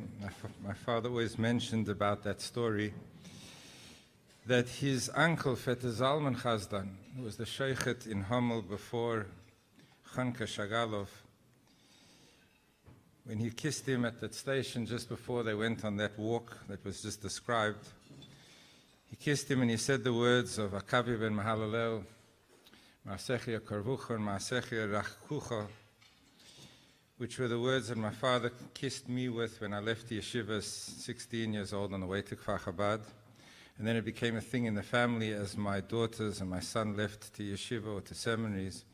Those were the words, but I don't think on that fateful night in 1924 they ever imagined that there was going to be a continuation and that there would be chinuch beyond the darkness that they were emerging from. Rabbi Zalman Shneur, Executive Director of Menachem Foundation, the Vaad Ruchni, the Convention Committee, the Board of Directors, the partners in Chinuch, particularly Mr. Nathan Franco and your guests and family, the Rabbonim, Mechanchim, Mechanchos, and my dear colleagues. It is a great honor to come from South Africa and to be standing in amidst this august gathering of people, and to have had the privilege of spending hours today involved in some of these sessions continuing to learn and continuing to hear, and seeing young mechanchim with such energy, with such fire, taking chinuch up a notch to a new world, to new realms, caring and thinking of the pride that is so deserved by the people giving their lives to make sure that the next day is going to have what it requires. And as has been mentioned this evening and throughout the day, the Zman Groma, the power of time, the season that we find ourselves in, the fact that it is 40 years since the launch of Shnas HaChinuch and Mivtza Chinuch and the 12 Psukim, it all started in that particular year. And 40 years later, one is seeing a re-energizing of the process of Chinuch here in Crown Heights and spreading around the world, reaching the many different members and mechanchim present and beyond. It's also been mentioned that it's Shnas Hakel, and it is a Hakel gathering because there are people from all over America, Australia, and South Africa. We have our winter vacation at this stage of our lives, so we're happy to be here too. So it is a gathering, and it is l'shem, lifting up the values and the knowledge of Torah. And then coming from Gimel Tammuz, which is our time to reinvigorate our connection to the Rebbe, our hiskashrus, our recognition that this whole world that has been affected by Chinuch was anchored and is led by our Rebbe. And our connection to the Rebbe gives us the koach and the strength to carry on even in the darkest, most difficult and challenging moments. It was in Tafshin Mem Gimel that my wife and I went on shlichus to South Africa. I was going back to Africa. My wife was going to darkest Africa. And a few months after we arrived, we went on a caravan vacation in December. It was Kislev time, a few months after we had arrived, to see the beautiful garden route. I wanted to convince her that it was a beautiful country. Caravan was a little bit not the norm for a Jewish holiday. I think we had our first and our last attempt at camping all wrapped up in the same event. We went twice that time, first and last. But in that event, I looked at the map and saw that Shabbos, obviously we needed to be in a place there was a minyan, and at that time the only place that there was a minyan in that particular area was a town called Otzhuren. Otzhuren was known for its feathers. They produced ostrich feathers in tons, and it was at that time the flair of fashion to have feathers. So there were magnates that made huge fortunes in that town, but this was already after all of their successes were almost over. And I parked my caravan in the municipal caravan park of Otzhuren community, and there was obviously no other Jew in the caravan park. They just didn't go on vacations in that way. It was filled with a lot of Afrikaans speaking. There's old Dutch members of the South African community. And it was a Saturday morning.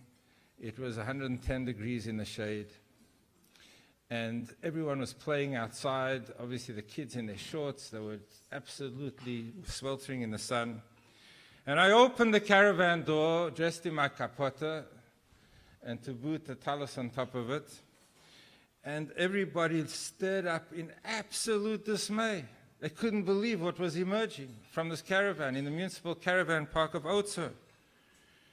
And as I was walking through the crowds, everything stopped. There was not a whisper. Everybody was just watching me walking through in this thick silence. The ball stopped between two kids. That is how thick it was. There was not a sound. Until eventually somebody had mercy, Rahmanas, and broke the silence and said, "Oh, so what do you wear when you're cold?"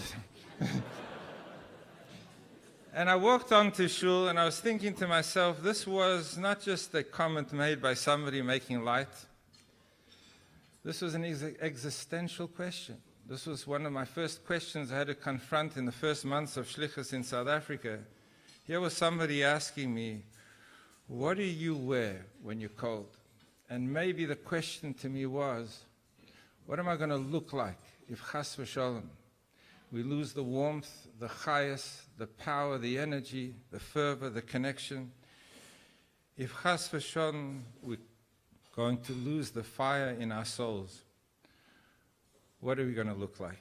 And that is how I took his story, and I hear his voice in the background so often as I think and consider about the next stages of Chinuch and of Shlichus. The key challenge of our generation has to be the responsibility to Chinuch. The ma'ana sheyitzave es bonav es beisa acharav is the challenge to see whether we have the capacity not only to receive, but to receive in such a way that we're going to impact on everyone else as well, and on particularly the next generation. And in Klolei HaChinuch VaHadracha, it lists so clearly the distinction and the difference between teaching and educating, and how important it is to realize that the responsibility of Chinuch is not only about information. It's not only about being able to ensure that somebody else understands what it is, the subject matter that I'm teaching. It is much deeper, and it is on a foundation of the recognition of connection of souls, of realizing that we need to connect each child, L'Avinu Shebashamayim, to the Rebbe, to the beautiful words of the Torah that we're teaching him, that we are inculcating emunah, faith, belief, that this is something that is far beyond the reach of technical knowledge that we are imparting. But it is on all of that that we begin to build. It has to be on that foundation that we begin to build. And we build further by ensuring that the instruction and the lessons are going to be professional, are going to be inspired, are going to be with knowledge, that we are able to use each moment in a way that impacts in the best way possible on that child. And as the Frierdiker Rebbe says, it is a huge privilege, but with it a huge responsibility. Somebody said in one of the sessions today that the children are the barometer of who we are. And if they are behaving or acting up or whatever they're doing is probably the best indication of where we are. So if it is about reaching the neshama of the children, it's got to start by first reaching into the neshama of ourselves. What is it that we are powered by when we teach? And of course, the main reasons cannot be the fame and the fortune, because that is not the facts on the ground. So what is it that drove us? Why did we make the decision to go into Chinuch? And that is something I think we have to ask ourselves every single night at Kriya Shema Shel Amita. Why? Why did I go into Chinuch?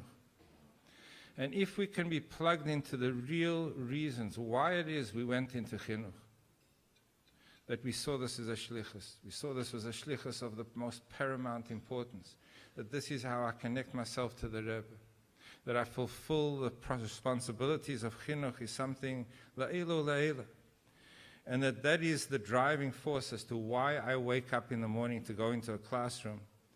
What that helps so much for is that if we are driven by the recognition or the praise that we receive from a parent, a beautiful note that we might receive on a particular morning, and then we're flying and we're on top, we feel like we've made it, we feel so happy. And the next day somebody, Gita Zoga Ryan, sends us a note that is totally unfair and hurtful. And we do the roller coaster, we go from the top and now we're all the way at the bottom, and now we're not quite sure if we want to teach at all. If we are governed by the responses of people, and that's how we go to school in the morning, we don't stand a chance. We'll never survive the challenges of Chinuch. It would have to be based on the fact that we are connected to the moment, each moment of every day, knowing that we're in the classroom for the reasons, the real reasons that we are there. And if those are the reasons, then we can overcome a down day, and we can overcome the tzaras and the difficulty, because we're connected to something far more important. And I think it is a necessary requirement that each day before we go into the classroom, even if it's for 30 seconds, to say l'shem mitzvahs, to close one's eyes and say just for 30 seconds, Rebbe, I'm going into the classroom now as a shliach. That's the reason I'm going in. I'm going in to make a difference in people's lives. And if one goes into the classroom with that energy, with that sense, with that feeling, the children will know it. They'll know immediately whether you've come in under the burden and the pain and the frustration of a difficult day, or whether you're there because you're loving to be there. They'll know immediately as you begin to talk. There's this difficult episode that unfolds in the book of Bereshis, and it's the story of Hagar. And we know the story, we read it on Rosh Hashanah, where unfortunately a child is pained by the desert, parched, thirsty. And the story of the Torah tells us in intricate detail what she was thinking and what she was doing. There was no water to drink. She cast the child aside. And she said the words, like, how can I possibly see the death of my child? And she was crying. And then incredulously, the Malach arrives. And what does he have to say? He says, Malach Hagar. Why are you crying, Hagar? Like, had a bad day at the office today? It's like, is there a problem going on? He stares and sees that this child is dying. There's a mother watching her child die in the desert sun. And he's asking her, like, what's up? Like, is anything happening? Why are you crying, Hagar? Is anything really bothering you right now? It seems the most incredulous question to ask.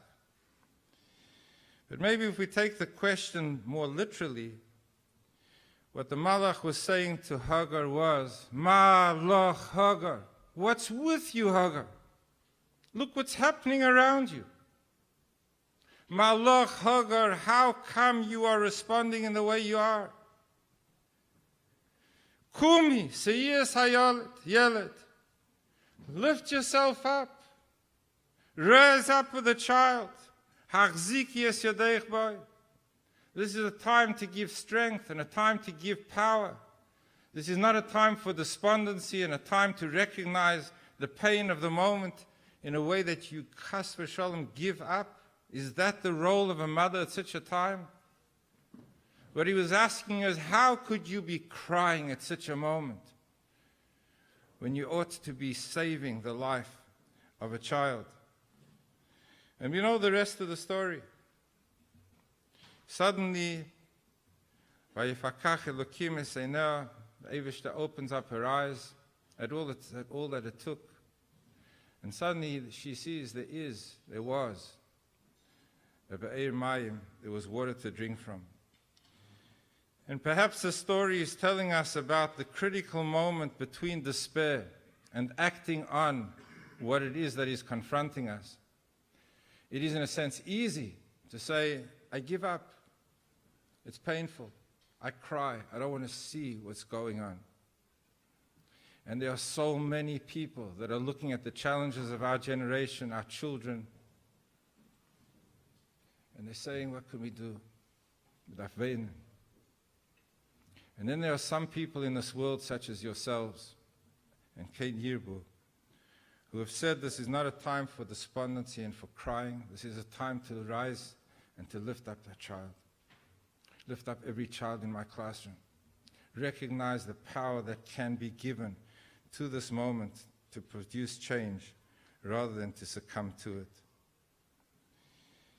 It was a while ago that I had to present to my community the challenge of raising funds for our new campus. And the challenge was not only to get people to vote with their hands, but to vote with their money, which is a little bit more complicated. And it was a task that Yom Kippur, which is the time that there's an appeal for the shul, that they needed me to raise a lot of money. Even in rands, it was a lot of money.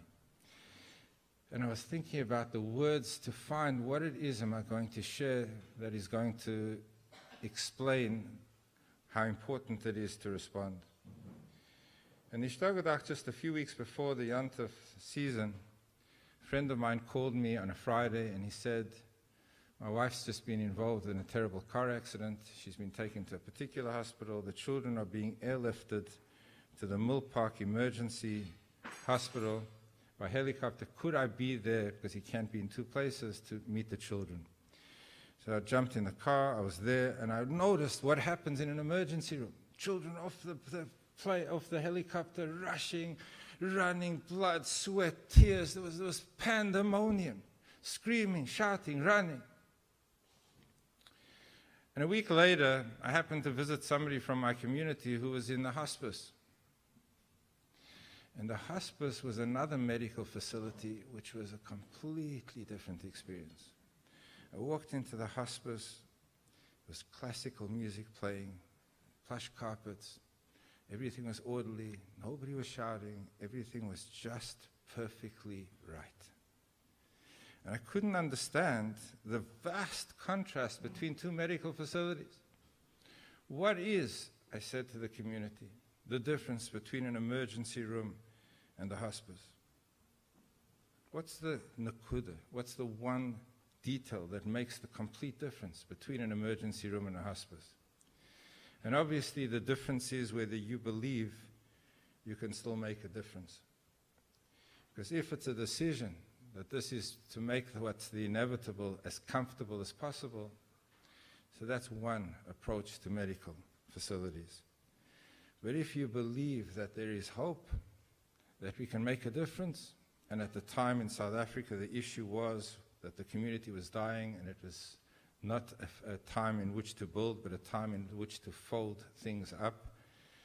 If we believe that we can still make a difference, then we cannot do it silently. We cannot do it quietly. We've got to do it with an urgency. We've got to do it with power. We've got to do it with a sense of determination. Not wait and see, not a little bit, but it's got to be with everything we have, because we believe we can make a difference. It's in a sikha of the Rebbe relating to Chinuch. In Parshas Emor, when it talks about the responsibilities of ensuring the purity of Kahuna, of the priesthood of the Kohanim, and the pasuk begins by saying, Emor la Kohanim v'amarta, you'll tell the Kohanim and you will tell them. And the double expression of you will tell and you will say beckons for interpretation. And Rashi interprets that the double expression is there by design because it is intended lahazir gdolim alaktanim. It's in order to tell the elders that this is so important that they will in turn tell it to the children, to the youngsters. This is an element of education that requires us to give the instruction in a way that it's going to be continued to be instructed. And the Rebbe identifies the fact that this form of instruction in the Torah only appears in 3 cases. Nowhere else in the whole Torah does it begin by saying Emor v'amarta, only in 3 situations. And the 3 situations happen to be in relation to the prohibition against imbibing blood, in the prohibition against partaking of insects, which we call chochos in South Africa, and also in the case that we're dealing with in Parshas Emor, the kahuna. And the Rebbe paints a theme, what we would think to be situations that would be impossible to reach through chinuch because of the incredible challenge, the impediment that we're confronting. It's precisely in those 3 areas that the Torah comes and says, Emor ve'omarta, don't give up on chinuch.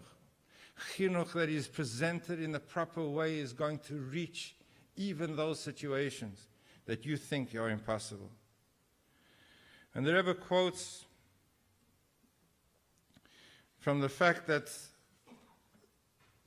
there is eichlei shkotzim, there are those who eat chochos. The Gemara tells us that it is only the most depraved, debased human being that eats insects.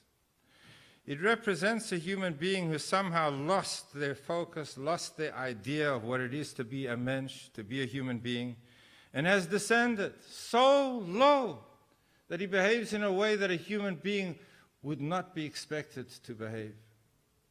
What happens if you have in your classroom somebody who is no longer conforming to the norms of what we'd consider to be appropriate behavior?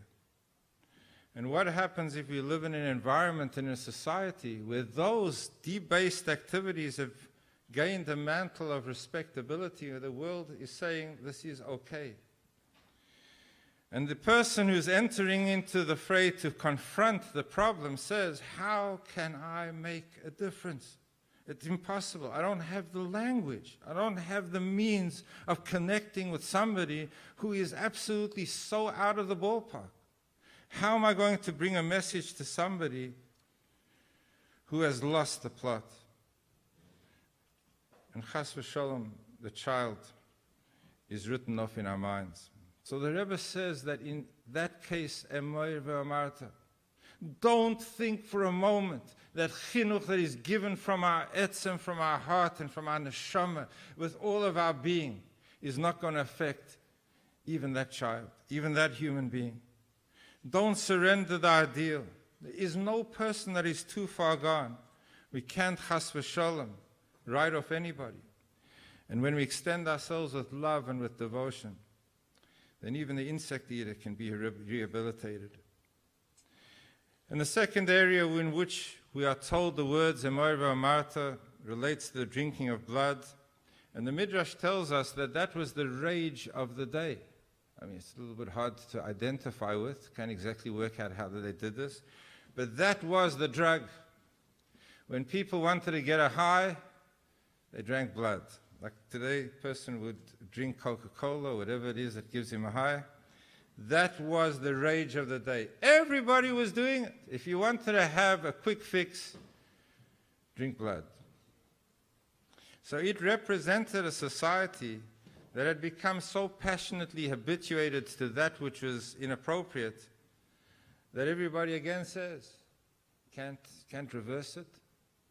This is what society is doing now. This is what everybody's doing now. This is what is vogue. This is the fashion. This is the trend. This is the peer pressure. This is what is happening in the classroom. Everybody's doing that. And all the other parents are allowing that to be done. And we all know that that resonates in our mind when we consider some of the things that we want to affect. We sometimes confuse the average with the normal. It was once said that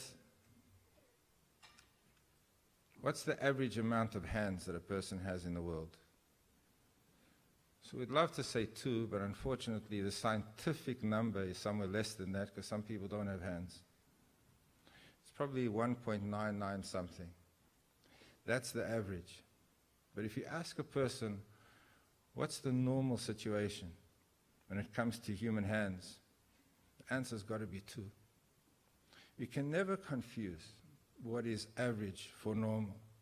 What is normal is how it has to be according to the Torah, according to menschlichkeit, according to what is the appropriate way that is being given to us. Just because the average dictates that this is what everyone is doing, we shrug our shoulders, maybe we cry a little bit, and we give up on the ideal of what it is that we want to achieve. So the Rebbe says, Emoir ve'amarta, even in a situation where the world seems to be going crazy, everyone's doing it. It seems to be impossible to reverse. How are you going to change the world? And we look at how the Rebbe has changed the world and continues to change it. Did our Rebbe ever for a moment say to us, this is too complicated, this is too difficult? And the third reason, the third area in which the same words Emoir ve'amarta are mentioned relates to kahuna. And the Rebbe says what is unique about the concept of kahuna is that it's an intangible. It's not something that is logical.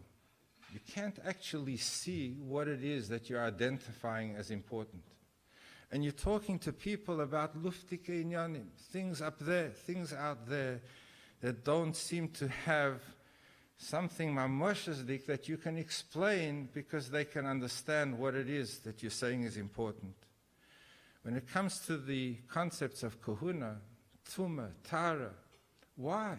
Why is this considered tameh and this not considered?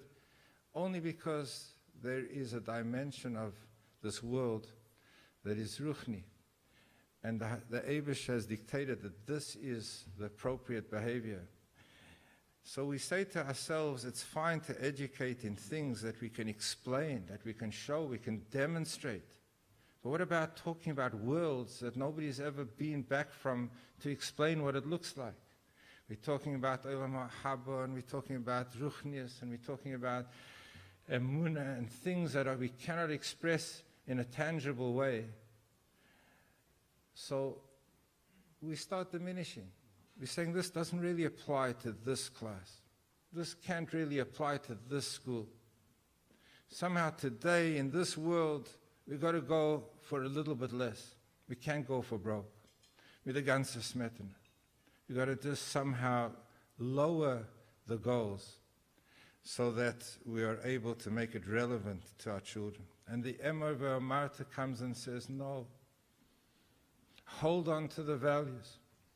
Hold on to the Kedusha side of life. Don't compromise on what is the spiritual life force and the energy that holds it all together. Sometimes, as in football or in South Africa rugby, you go for the field goal, which isn't to get it under the bar. It's to get it over the bar. It's to aim for higher.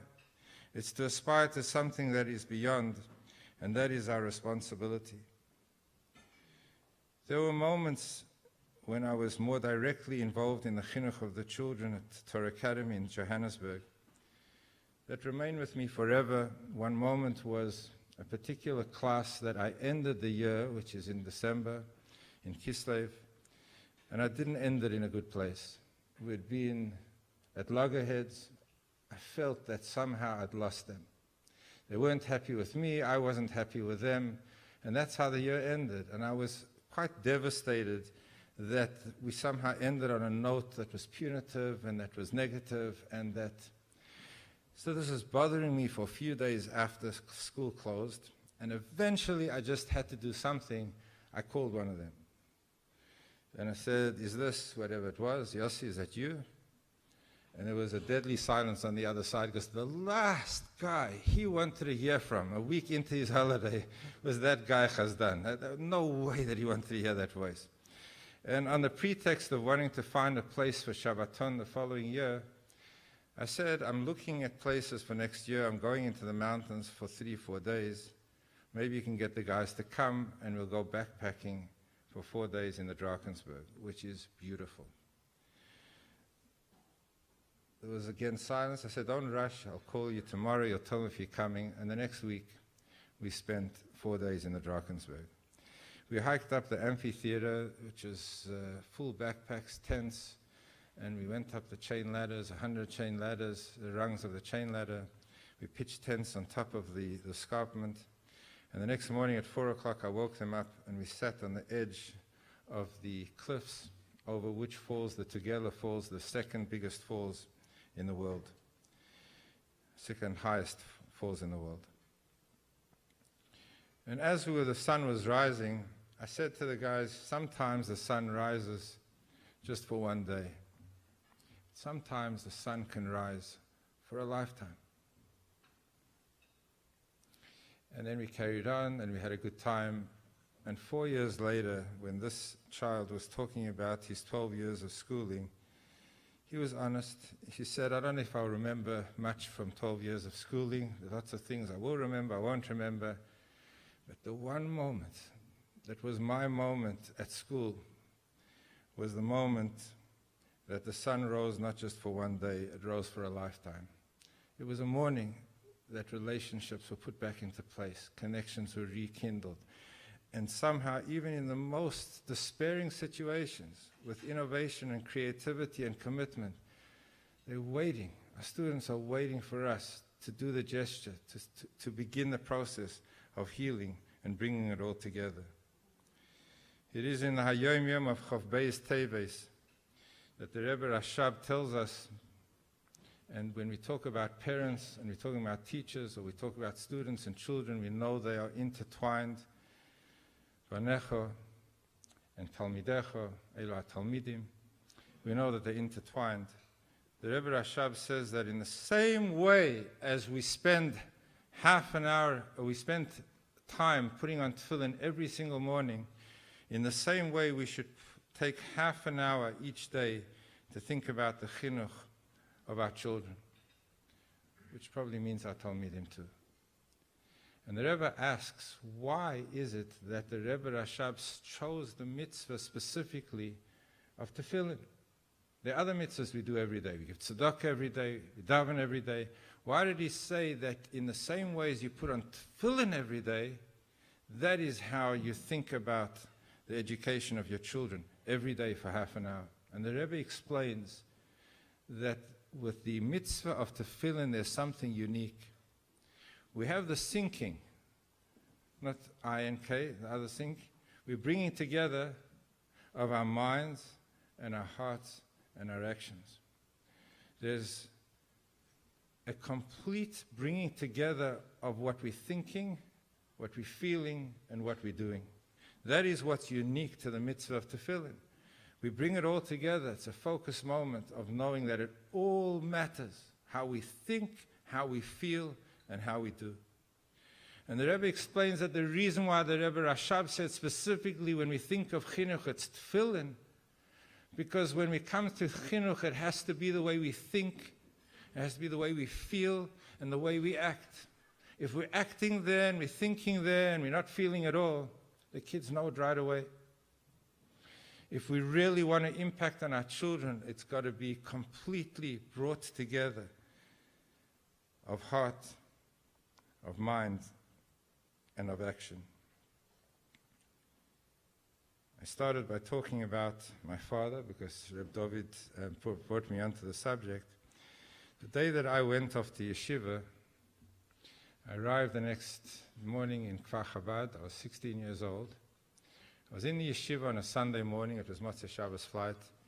And I was in the yeshiva and I saw that there was a postman, which was an interesting phenomenon for me to learn about as well. A Chassidish-looking postman, a guy with a beard. And weeks later, I was in the central shul and I saw the postman Farbrengen in the midst of all the people. And I asked somebody, what is the postman saying? They said, that's the mashpia of Kfar Chabad when you're in the postman. He happened to deliver mail during the week. So I'm standing in the yeshiva and I see guys pointing him in my direction. So I think, okay, it's obviously a mistake. I left last night. It takes, at that time from South Africa, it probably took about 2 weeks for a letter to arrive. And I just left last night. So this obviously wasn't intended for me. But lo and behold, it was. It was a letter from my father. And I opened the letter and he said, I can get emotional thinking about it.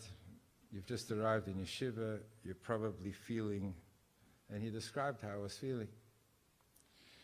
And he gave me advice, and he gave me thoughts and encouragement. This meant that 2 weeks before I left home, he was concerned how I would be feeling on that Sunday morning. That's chinuch. That's unbelievable anticipation, thought process, being aware, wanting to act on the needs of a child, way beyond the child is even aware of the problem and the difficulty. In the Midrash, it tells us about Moshe Rabbeinu's choice as a leader by HaKadosh Baruch Hu. And the Midrash tells us that he was a Rayat Tzayin, and Moshe Haya Rayat Tzayin, he was a shepherd. And as we know the Midrash, there was a particular day that a sheep got lost or started running away from the herd, just not the way it was normally, part of the herd. And Moshe Rabbeinu begins to run after the sheep, and eventually it's a pool of water, and the sheep begins to drink, and Moshe Rabbeinu says, thirsty. That's what you were thirsty. And he lifts up the shepsela, the sep zur, as the Rebbe says, and he brings the sheep home. That was the criteria for greatness, for the greatest greatness. What was the criteria? The criteria was caring, being concerned, being involved. Now, standing a day from Gimel Tammuz, we think of the Rebbe's attitude to those many sheep around the world, lost in far-off places, in South Africa, in Australia, represented here, but in countries around the whole world. Sheep, lots of lost sheep. And the Rebbe pursued us, and he chased after us, and he found us. And he explained to us how thirsty we are. And he lifts us. And not only does he lift us to the point that we are resolved as a sheep, but the Rebbe asks us for much more than that. I don't want you to be a sheep that's not lost. I want you to be a shepherd. And what the Rebbe is asking all of us in this difficult age, in this difficult time, is that we rise to the occasion to respond, particular time of Gimel Tammuz, to be the sheep that is no longer lost, that becomes the shepherd, looking after the sheep that we can find beyond. I started by saying that there is a responsibility to keep ourselves warm. There was a young girl in South Africa many years ago. I think I can say it. Her husband today is one of the shluchim present today, who was in a school that wasn't a Lubavitcher school. There wasn't a Chabad school in Johannesburg. And there was a discussion in the classroom about kiruv. At that time, it was not popular outside of the courtyards of Chabad. And the Rebbe was explaining to her that there is a problem with kiruv. And the mashal that he gave, and he said was, if you have a hot pot of soup, and you take a teaspoon of cold and you put it into the soup, what happens? It becomes warm. You do it again, it becomes warm. But you do it again and again and again and again and again, mathematically, somewhere down the line, the pot is not going to be hot enough to warm the cold. In fact, the cold is going to make the whole pot cold. And that, he thought, demonstrated adequately the dangers of utilizing our energies far afield and how that can adversely affect ourselves. And this young girl, I think she's brilliant. This young girl turned to her Rebbe and said, that only applies if the pot is off the fire. But if the pot is on the fire, you can add and you can add and you can add. Everything becomes warm. The challenge for all of us, Mechanchim, in this difficult time and era, confronting Jewish continuity and recognizing the importance of Chinuch, is that we remain on the fire, that we remain connected to the source, and that coming from Gimel Tammuz, and please God, for a year and for years, we remain connected to our Rebbe, because that gives us the power and the warmth and the heat to affect every world around us. And may we respond to that fire that the Rebbe lights in all of us by doing everything we can to educate the next generation, to love the Torah, to love the Eibishter, to love each other, and to be committed to bringing this world to Mashiach Tzidkenu that we so desire. Thank you.